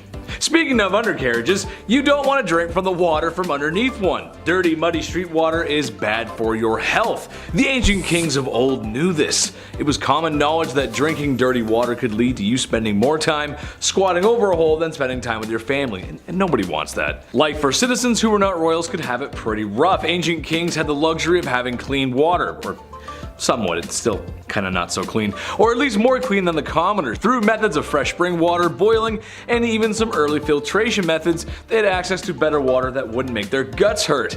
With that being said, a lot of times given the sussy nature of water, a lot of kings just drank alcohol, which honestly might have saved them since the alcohol could possibly kill harmful bacteria. It's the one time in life that boozing might save your life. Anyone got a beer? Number 8. Ladies first. These ancient kings, they could literally do whatever they wanted. And it's important to note how they would act if they didn't get what they wanted, right? Like George IV of England, he's referred to as England's worst king by historians. Great title, even worse than King Joffrey, what do you know? It's one thing to spiral into debt, that's classic king behavior. MC Hammer went broke, we get it, it happens. But George IV, he was all about the ladies, a little bit too much. All he wanted in life was just to hook up with women, that was it, his only desire in life. And if they weren't interested, George was known to throw fits. He would cry and stomp his feet, literally. You know how those brave and bold kings do? George would offer these ladies money, although they weren't for sale, so that wasn't a great plan and didn't work a lot of the time. And George would go so far to threaten his own well-being if they refused. How terrible is that guy, right? Just imagine that conversation, how insane. What takes this to the absolute next level though is that George would keep a lock of his partner's hair after they had spent the night together. Now I know you're freaking out, maybe you're like, huh? Maybe you just choked on your rye bread sandwich a bit, that's more than fair. At the time, this wasn't abnormal behavior. I mean, you know, lovers would exchange their hair instead of phone numbers, I get it, it's back in the old days. But George, he had a lot of hair. He had like a lot of hair. He had like 7,000 envelopes filled with hair. I'm over here exchanging phone numbers at the club. Like, what am I doing wrong? Am I, doink? Call me, peace. Peace. Number 7, Anne Boleyn. The second wife of King Henry VIII, yes, we have a few on this list. She was found guilty of treason and she had been charged with having sexual relationships with 5 others, including Lord Rochford, aka her brother, George Boleyn. Yeah, the ancient days were a little bit odd. She had also apparently had relations with Sir Henry Norris, the king's close friend. And when I say close friend, I mean he was the groom of the stool, so they were tight. He literally would wipe his. So on top of this, Anne was also found guilty of conspiring to kill her husband.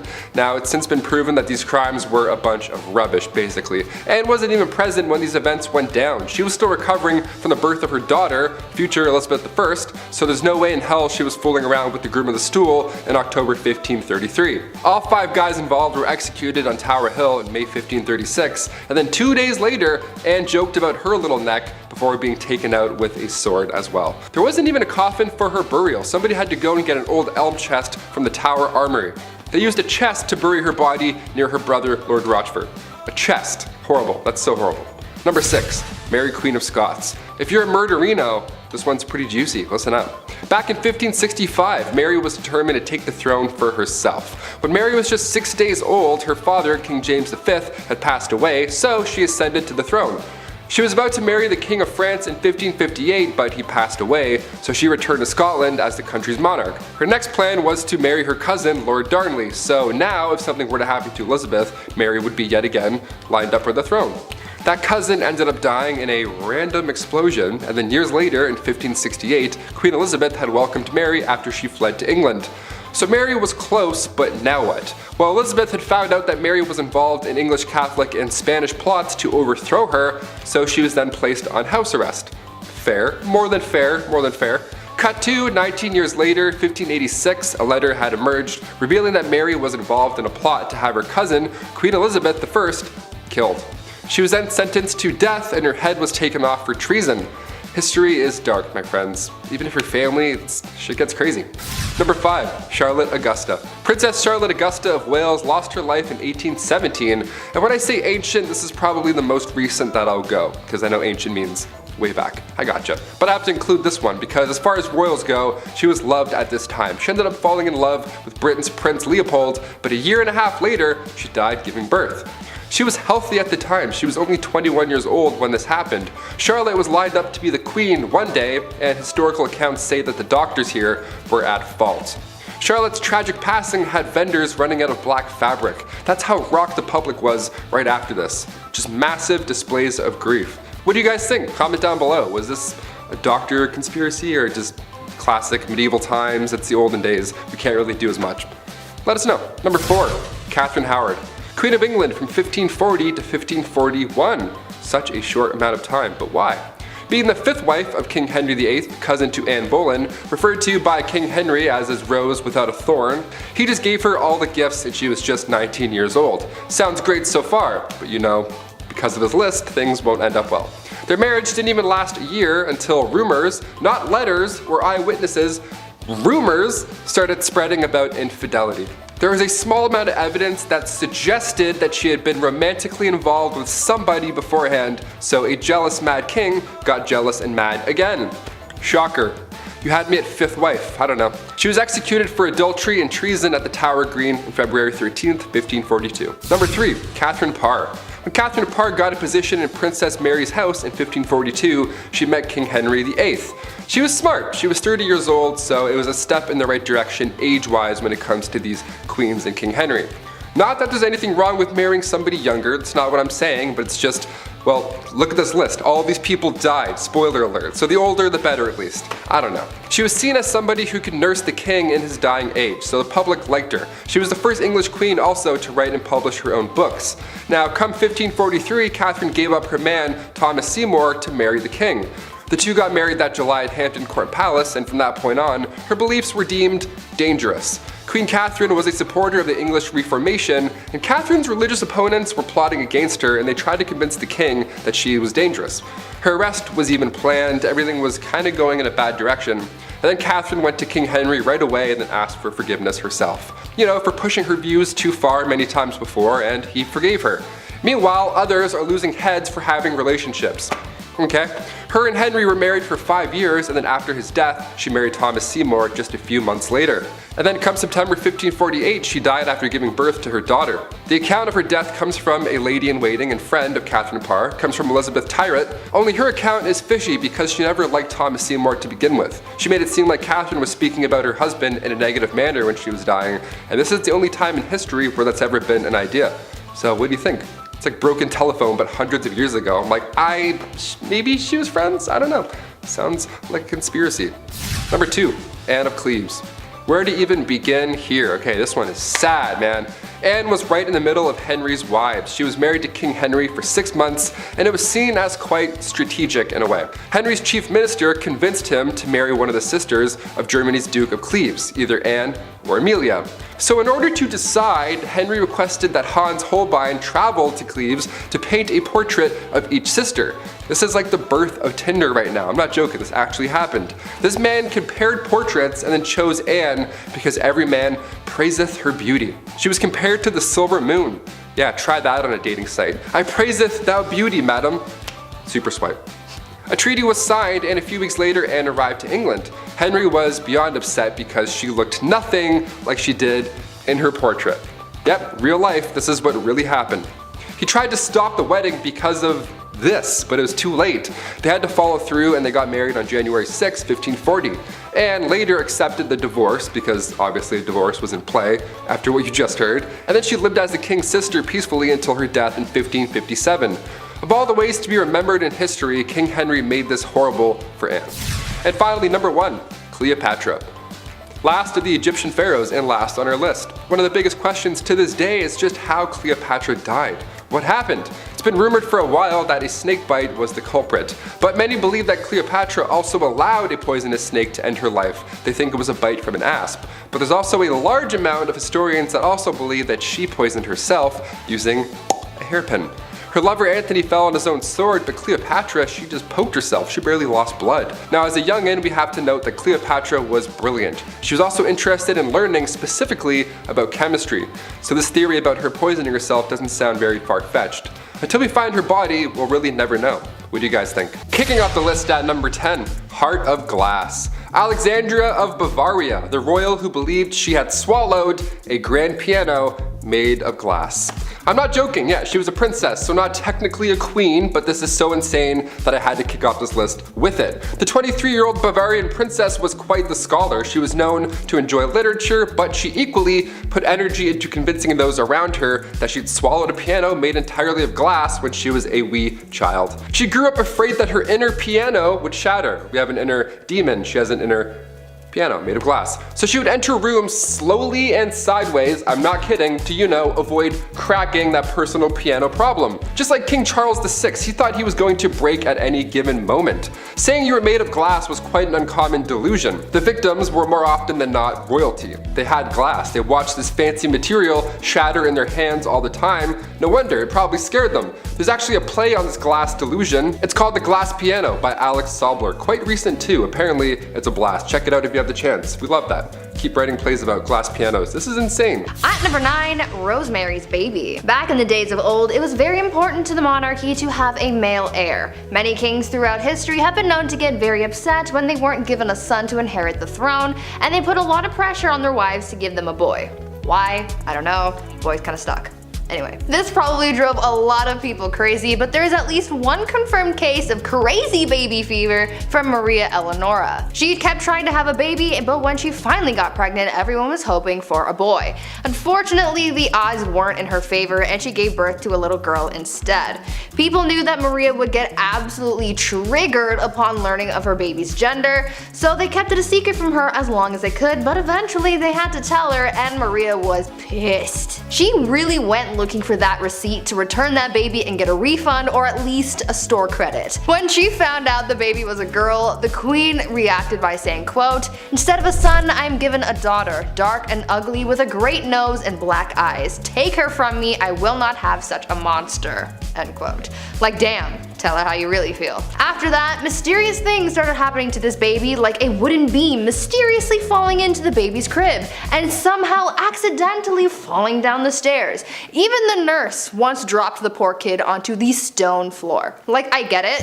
You're disappointed, but that's still your kid, and a lot of people aren't given that privilege, so be grateful for your spawn. Number 8, dirty talk. Going back to the 15th century to Queen Isabella of Spain, now it's not uncommon for queens to brag, be it about their wealth, status, their mans, you name it. But to brag that you've only bathed twice in your life, that's a bit odd. What's the deal with this? Okay, well back in 537 AD, Rome had 11 aqueducts that ran over about 1,000 public fountains, okay? Over 900 bathhouses included. It was quite important, but when invading Goths cut them off, the Catholic Church literally had no idea how to fix the problem. So instead, they just told everybody that bathing was a sin only practiced by pagans. So at one point in history, you could have ran a bath, thrown in a bath bomb, relaxed for an hour, got out, and then immediately you're a sinner. Worst of the worst too, how dare you? Having a bath on Monday afternoon, you monster, you pagan monster. The Old Spice guy would have rocked their world. At number 7, Jahangir. So this guy was super impatient to become the ruler and was getting tired of Daddy Akbar taking his time. So he revolted. Damn, this court honestly was just rife with rebellion. They never got tired of it. In 1599, while his father was otherwise engaged and away from the palace, Prince Salim led a revolt. During the revolt, he even skinned a man alive. Akbar was pissed about this and wrote to his son and said, quote, "I have never skinned a bird alive in my life, and you have treated a human being in this manner." Jahangir then went on to conspire against a close advisor of his father named Abul Fazl, whom Jahangir killed in a small battle. Despite Akbar being devastated at his son's behavior, he was the only male heir left to inherit, so on Akbar's deathbed he forgave his son and implored the nobles to recognize him as a leader. At number 6, sewed to an ox. Now Jahangir was emperor, but the trouble didn't stop there. I saw some sources recognize him as a somewhat benevolent figure, while others said that he was the exact opposite. He was pretty brutal, and his first task was crushing a rebellion against that which his own son began. Apple, not far from the tree. He was traveling to Lahore when he came across two nobles who were sympathetic to his son's cause, so he decided to punish them in a very peculiar and violent way. He ordered that one be sewed to the skin of an ass and the other to an ox. Now that is messed up. When he got to Lahore to face the rebels, he crushed them and blinded his own son as punishment. A ruler couldn't have any impediment, so therefore his son could no longer pursue the role. Then he hung his son's followers outside of Taksali Gate. Yeah, so even within the confines of war, this guy had some pretty messed up ideas. At number 5, the horse and his boy. On the less violent end of the spectrum, Jahangir was actually a big fan of the arts, science, and worldly things. Unlike his father, who couldn't read and write, an interesting skill for a ruler not to have, Jahangir was all about it. He really wasn't interested in military, which was a task he left to his son. But he did inherit his father's wealth, and considering he wasn't working in the military, he had time to indulge his curiosity. In his memoirs, there are fantastic paintings of exotic animals. There's a painting of a zebra that has a very funny story behind it. The zebra was being taken as a gift to the Safavid Shah, and it was traveling through the port of the empire. Jahangir heard about it and had it brought to court first, and didn't believe that it was real. He thought that it was a painted horse, so he had people try and wash them off. Only when the paint didn't come off did he realize his mistake and ordered that the wondrous creature be painted. At number 4, Shah Jahan and the Taj Mahal. Okay, so this one isn't messed up for violence or anything, but it is the ultimate love story, and we just can't leave it off this list. There is one part that is messed up to me because, man, I don't even know, but we will get to that. If you've ever been to India, then one of the stops you made on your trips was probably to the Taj Mahal, a breathtaking mausoleum built by the Mughal Emperor Shah Jahan to commemorate the love of his life. Considering how big and intricate it is, you know that their love was bigger than any storybook. An Indian poet called the Taj Mahal a teardrop on the cheek of time, a testament to grief and power. Mumtaz Mahal was Shah Jahan's favorite wife, forsaking all of his other wives just to be with her. They went everywhere together, even on military missions. This is where, from my perspective, where things get crazy. This woman delivered 14 children for her husband. 14. Sadly, whilst giving birth to the last, she passed away, inspiring her king to build this massive structure. Both Shah Jahan and his love are buried beneath it. At number 3, brothers at odds. Shah Jahan's rule was considered the golden rule of the Mughal Empire, so how do you top that? Aurangzeb did not even bother trying, and he kinda sucked. He was Shah Jahan's third son, and he was a very military-minded man, showing tactical and strategic military skill and unrivaled determination, whereas his brother was a man of letters and no, not the kind from Supernatural. Aurangzeb wanted power, and so in order to secure his rule, he confined his ailing father to his own palace, caused the death of one of his brothers, and had two more of his brothers, a son and a nephew, executed. He was literally committing fratricide left, right, and center. But it didn't matter to him because he gained control. His desire to prematurely end the lives of those who stood in his way was described as, quote, a wolf thirsting for the blood of his brothers, end quote. You would think that this motivation to gain power and rule on his own terms would mean that he had big plans for the empire, which in a way is true, but those plans and changes led to a lot of oppression, but we will get to that in a bit. At number 2, staked. Before we get into the oppression that Aurangzeb caused to his empire, let's talk about Emperor Farrukh Siyar. Farrukh Siyar was emperor of the Mughal Empire from 1713 to 1719. He was described as an incapable ruler who gave his power to all of his advisors. His rule caused many conspiracies and plots to arise within the court. He caused a lot of people a lot of pain for his plight for power. With the help of his allies, he gave many of his enemies the gift of the big sleep, but by far the most ruthless thing he did was was killed Jahandar Shah and Zulfikar Khan Nusrat Jung. What made their deaths so brutal was the fact that when they went the emperor hung their heads on poles, and just to add insult to injury, he made their parents walk at their funeral. Luckily for the people of the Mughal Empire, Farrukh Sahir was killed by unknown assailants at the instructions of his close relatives, putting an end to his awful reign. And finally, at number 1, the Great Oppressor. Aurangzeb's rule sort of had 2 chapters to it. At first, Aurangzeb was a capable ruler of a mixed Muslim-Hindu empire who was feared yet respected for his vigor and skill, but around 1680, Aurangzeb's rule changed drastically in both policy and attitude. His once unified people of both Muslims and Hindus broke apart, and people of Hindu faith became subordinates, not colleagues. On top of that, Aurangzeb added some more oppression to the mix and not only destroyed Hindu temples, but he also reimposed the Jizya tax on non-Muslims, after the tax was initially banned by Emperor Akbar. For the first 20 years of Aurangzeb's rule, he did not impose a tax, but all of a sudden he started demanding these payments, and historians believe that Hindu uprisings are what caused the emperor to act harshly towards the non-Muslim population. This discrimination caused a revolt to unfold that Aurangzeb's third son supported. Aurangzeb spent his last 50 years taking his aggressions out on the Hindus in the empire, and it's for this reason that he is remembered by many as a tyrant. Number 10, Marie Antoinette. I wonder what it must have been like to be the Queen of France. To sit in a palace and eat all those delicious foods that your cooks can make while the peasants outside struggle to eat, and sing about bread for some reason. I don't know, Les Mis reference. It's a life of beauty, balls, and not listening to what the stinky peasants outside have to say. Except that's the very reason why Marie Antoinette was the last queen of France. You can only spend so much time and money on your exuberant lifestyle before the people get fed up. I mean, these people have nothing. It's kind of difficult to control people when they don't even have food at home. They let the queen know how upset they were when they decided to remove her head from her body. Number 9. Bloody Mary, Bloody Mary, Bloody Mary. Sometimes it's just in the name, isn't it? Like Mario, you know that he's an Italian plumber. Or Luigi, you can tell that that's an Italian plumber's brother. And King DDD, king of the DDDs or something. I don't know. Okay, maybe the names don't always give it away, but Bloody Mary does. Most known for her liberal use of the wooden stake and the whole burning folks alive thing. I wish I could tell you it was for barbecue, but it was actually for some more serious religious persecution and reformation. The Catholic Church was hot, but the witches and heretics burning at the stake were hotter. No cap. Number 8, Reina Valona of Madagascar. This one is a new one for me. Didn't know about this, but here we go. So basically, Queen Reina I'm just gonna call her Queen Ravioli because I can't pronounce it. Basically, Queen Ravioli takes over from her past husband. She says to herself, how can I make things better? Oh, I know. How about I become a ruthless, bloodthirsty, unaliving tyrant? Great idea, right? Yes, very not great success.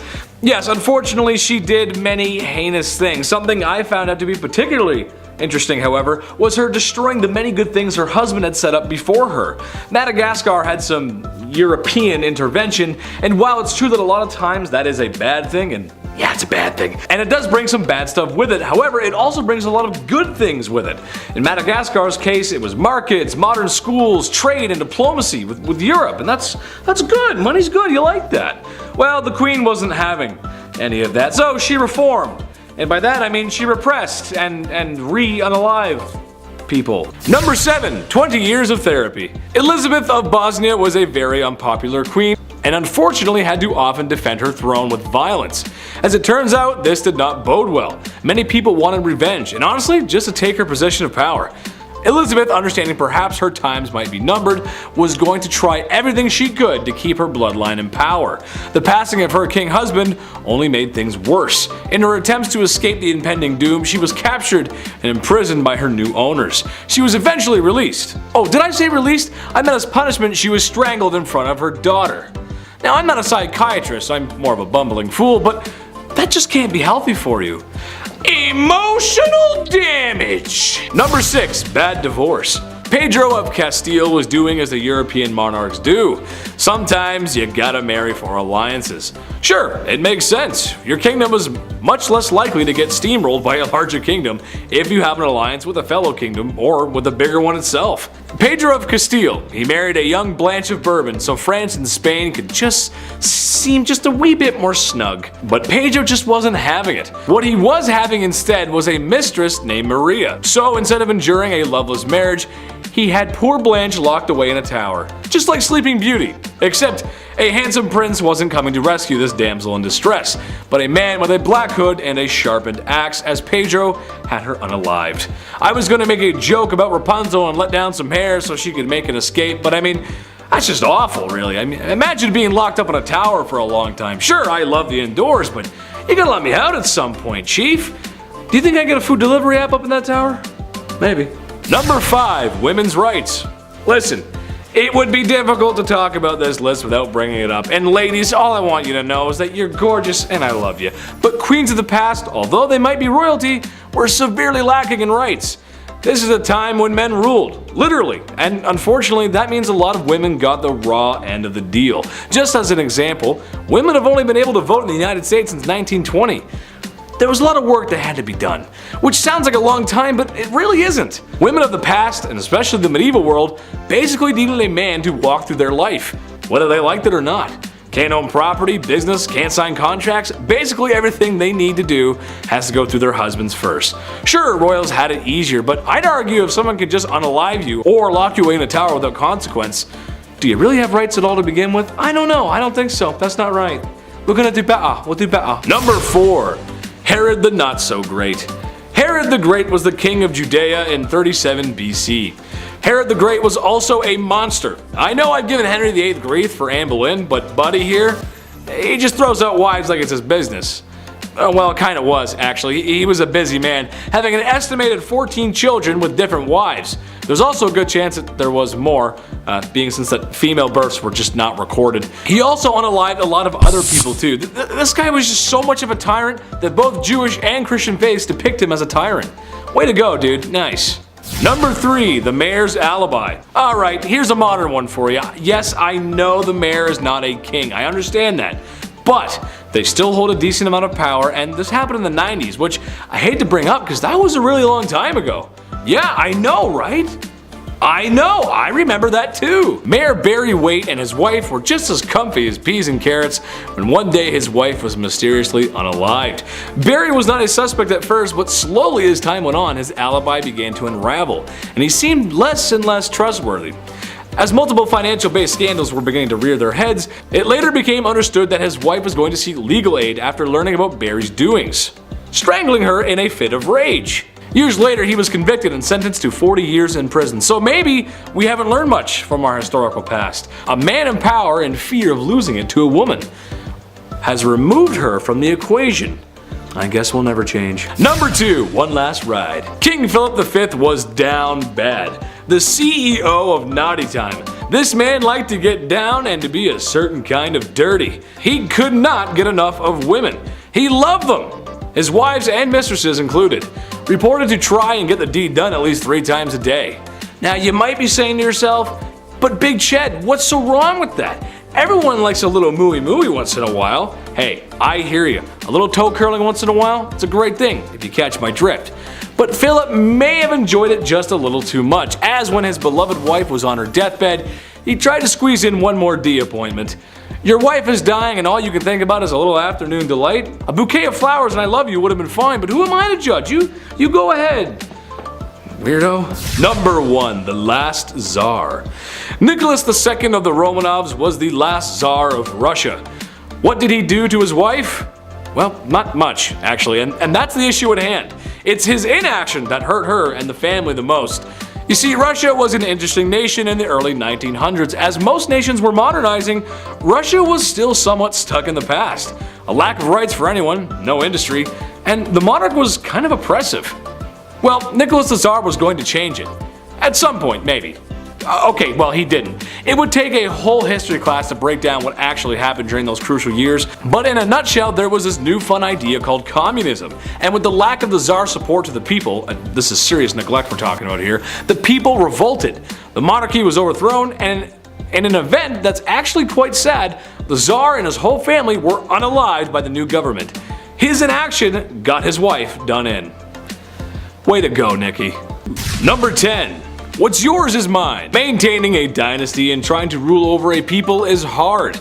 Many people have done it in the past, but if you notice, there isn't that many kingdoms left. So, it's no surprise that in Egypt, one of the largest and most successful civilizations of the ancient world and of all time, had some political strife. Berenice III had lost her husband Ptolemy, and she was doing her best to maintain power.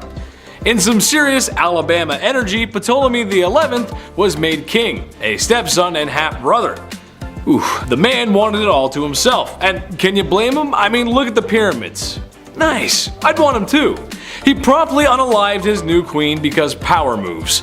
Some people didn't like this, and in some form of poetic justice, he was unalived by the people. What's the lesson in this one? Maybe that you can't trust your strange, closely knit inbred family members? I'm not sure, honestly, but it's just messed up. Number 9. Double Trouble. This one isn't exactly about a king removing a queen like his wife, but it is about kings ceasing the life of their queen, more specifically their mother. Clyricus and Oxythris were the sons of Amistris, a woman handed off in marriage by the mad lad Macedonian himself, Alexander the Great. Well, like a lot of ye olde history, there was some power struggles. A power vacuum had been created in the death of Dionysus. You'd think that wouldn't happen over and over again, but you'll find that a lot in history. The power struggle was solved, and eventually Amistris retired and remarried. Named a town after herself. Things were okay for Amistris. Things were good. But one day her sons came to visit and noticed the Mon looked a little thirsty. So they drowned her in a river in a power grab that pretty much immediately backfired, as they too were unalived by the next guy in line. Pretty similar to the last story, but that's history, isn't it? Number 8. One too many. Sometimes when you're king, you're gonna have more than one wife that's 6 feet under. It's just how it goes sometimes. However, I believe there is no better example of this than Afzal Khan, whose actions were so egregious that I did a literal double take after learning about what this king had done. See, Afzal didn't just unalive one wife or a couple like history's favorite King Henry VIII. No, my busy bees. He is responsible for the termination of 63 wives, not wives. I'm not sure what kind of guy would make that kind of mistake. In fear of losing them to an invader who treated women slightly better, he had his soldiers give them a tall glass of drowning. Those who tried to escape were cut down without mercy. I lived next door to the chief. He invited me in for a cup of tea. I sat down and he said, "That ain't it." You know something's messed up if I'm overusing that joke. Number 7. Midlife crisis. This one's kind of generalized because if I didn't, I'd have to mention almost every king ever. So here we go. Back in ye olde times, the access to better healthcare just wasn't there. Doctors aren't washing hands. Imagine, Buddy eats some greasy mutton and then says, "Alright, time for your enema." But those aren't the only greasy hands around certain orifices I'm talking about. I'm talking about kings marrying older girls at the ripe age of 12. Yep, that's right.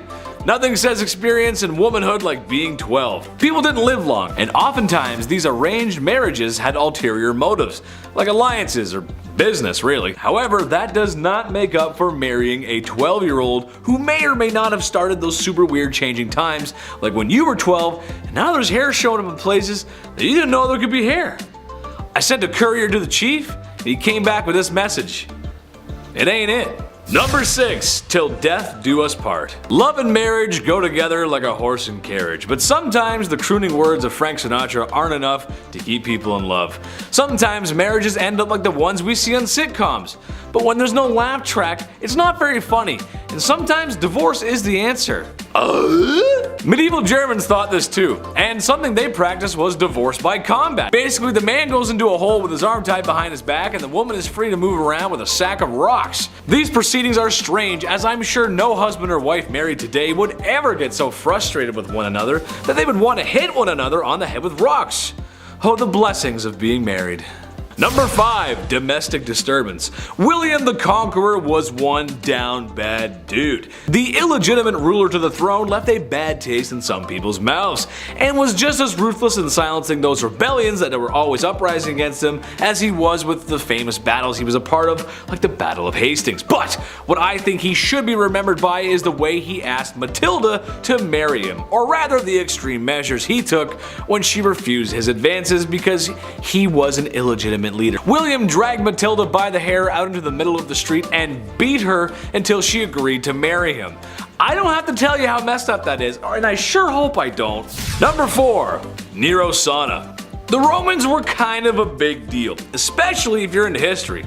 Large city, culture, and some other structures are still around today. That's kind of cool. But while the city of Rome may have been the best city on earth at the time, Romans themselves could use a little work. Meet Emperor Nero, the vicious leader of Rome who became emperor through ill-gotten gains. However, in what may have been one of the first acts of flexing the male patriarchy, the divorce or forced separation of his wife Claudia Octavia comes to mind. It was a rocky marriage from the start. There was a general dislike from the very beginning, but when Nero remarried, as emperors did, he had Octavia banished to an island, where shortly after she would be suffocated in a hot vapor bath. Her demise was sad for most Romans. Oh yeah, and they tried to make it look like she did herself in. That's messed up, man. Number 3, pedestal. I think in a healthy relationship, you ought to put your partner on a pedestal sometimes. Maybe your partner is drop dead gorgeous. A promising athlete. Really enjoys collecting stamps. You go, little rock star, collect those presidential stamps. However, Emperor Caligula of Rome had some other ideas. He would literally put his wife, who he claimed to love, up on a pedestal stark naked and let his friends in the military gawk and glare at her. He would also say to her that he could end her life whenever he wanted and put a knife against her for no reason. Weird flex, but okay. This guy was awful to everyone as he tormented and unalived so many people. Well, you sure wouldn't want to see his face everywhere, as he liked to do just that. Built statues of himself everywhere because after losing your family to his tyranny and looking at his wife, you need to know who's responsible for all this. That's messed up. Number 2, Duzong Duzong Duzong. That wouldn't really be a great fraternity name, would it? Well, the Emperor of Duzong of China would think differently, as when he was in charge, that's pretty much what the royal court looked like. Enough drinking to keep AA in meetings for 100 years, and enough ladies of the evening to... Well, I don't have a joke for this one, but there were a lot of them, trust me. Having massive parties like that and enjoying the company of other women is not how you respect your wife. To make matters worse, it seemed that too much partying may have been a bad thing, who would have thought? As what he made up for in a fun weekend he lacked in governing, as the Mongols were at his front door, or gate rather. Eventually, his empire would burn to the ground. All thanks to alcohol, and many women who laid down for their lives, literally. Number 1, side piece. Look, I enjoy the company of a woman just as much as the next king sits on his throne. But in my opinion, once you find a wife, it's time to settle down, relax, no more crazy parties like Duzong. This is another generalization, but every king did this. Every king in the past has had mistresses, as if that is a totally okay thing to do to your wife and oftentimes the queen of your kingdom. I'm a reasonable guy, so maybe I can see having your side piece waiting in the wings to be stage center, but it's never one, is it? It's always multiple. Ladies of the past, all I can say is make sure you give birth to a boy and watch your back. They're coming for you.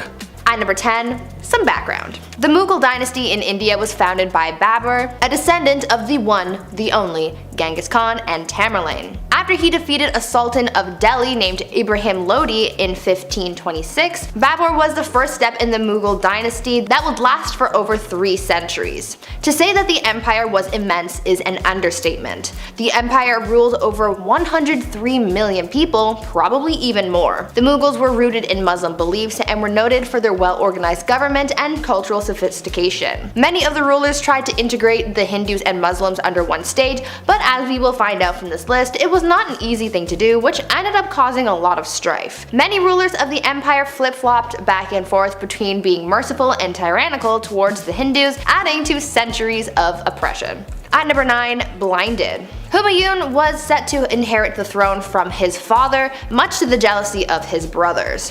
He was 23 when he ascended the throne in 1530 after the death of his father. His brothers reigned over different fiefs, but none of them were satisfied unless they had the crown. He also wasn't the best ruler. Humayun was sent into exile for 15 years after he was overthrown by one of his father's generals, Sher Shah. Humayun fled and eventually ended up in Persia, where he built back up an army through his partnership with the Shah. Slowly he took back his land, facing his own brothers who were constantly scheming against him. But Babur, his father, made him promise that he would never lay a hand on his brothers. But his brother Kamran continued to threaten him, and one instance while defending a fort turned on the innocents trapped inside and took their lives viciously. Kamran, not a good dude. Something needed to be done. He eventually catches his scheming brothers, blinds his brother Kamran, and chains his brother Askari. A little messed up, but not bad for war. Before I carry on with the rest of the video, make sure you guys are subscribed to the channel and maybe consider leaving a like on this video if you're enjoying it so far. At number 8, Akbar. Humayun continued to deal with the competition of his brothers until finally his reign came to an end, but not in the way that you would expect. He was carrying a bunch of books up some stairs and he accidentally fell, leading to a lethal head injury. His 13-year-old son Akbar had to inherit the throne. Akbar would later become known as the Great, but that doesn't mean that he didn't do some questionable things. Where his father failed to conquer, Akbar swept through. But just like his father, he encountered jealousy and dangerous ambition in the dark corners of his reign. In Delhi, an attempt to assassinate him was made, the bowman nearly missing him. Who was behind it? The slave of a nobleman who recently tried to start a rebellion. But the plot thickens. Akbar's foster brother's mother had further designs to establish power for herself through her son, Adam Khan. Khan actually ended up taking the life of Akbar's foster father, which led to Akbar throwing him down the stairs and therefore killing him. The mother died 40 days later due to grief. Grief over her son or the loss of power. Who knows? Number 7, Empress Irene. Kings, queens, emperors, and empresses. Chances are these folks are related. It's a family thing. And mia familia, you know what I mean? It's how it goes when you're the king, and you need a son to continue the lineage. Even though I would like to argue that if you're gone, you're gone. So who really cares who's taken over? Just my opinion. Speaking of eye gouging, oh wait, I didn't mention that before. I made a segue, but okay, that's alright, bad segue. Well, the topic of discussion here is Empress Irene. Basically, her son was taking too much power for himself. She was losing hers, and yada yada, and his eyes were gouged out from 2 guards ordered by his dear, sweet mother. Can you blame her though? I mean, come on, he was threatening her rule. She worked so hard to get there. The chief was just silent on this one. Chief had no words for that one, guys. No words. Number 6, Fu Hao. Another woman in history married to a man in the stinky patriarchy. Worst! Except Fu Hao didn't want to be wife 57 of 64. She wanted more than that. And to be honest, I think that's fair. You go, girl. Who wants to be wife 57 of 64? Maybe some people in Utah, I don't know. What's maybe slightly more unholy than having that many wives is going on an epic military campaign and raging war in the Shang dynasty.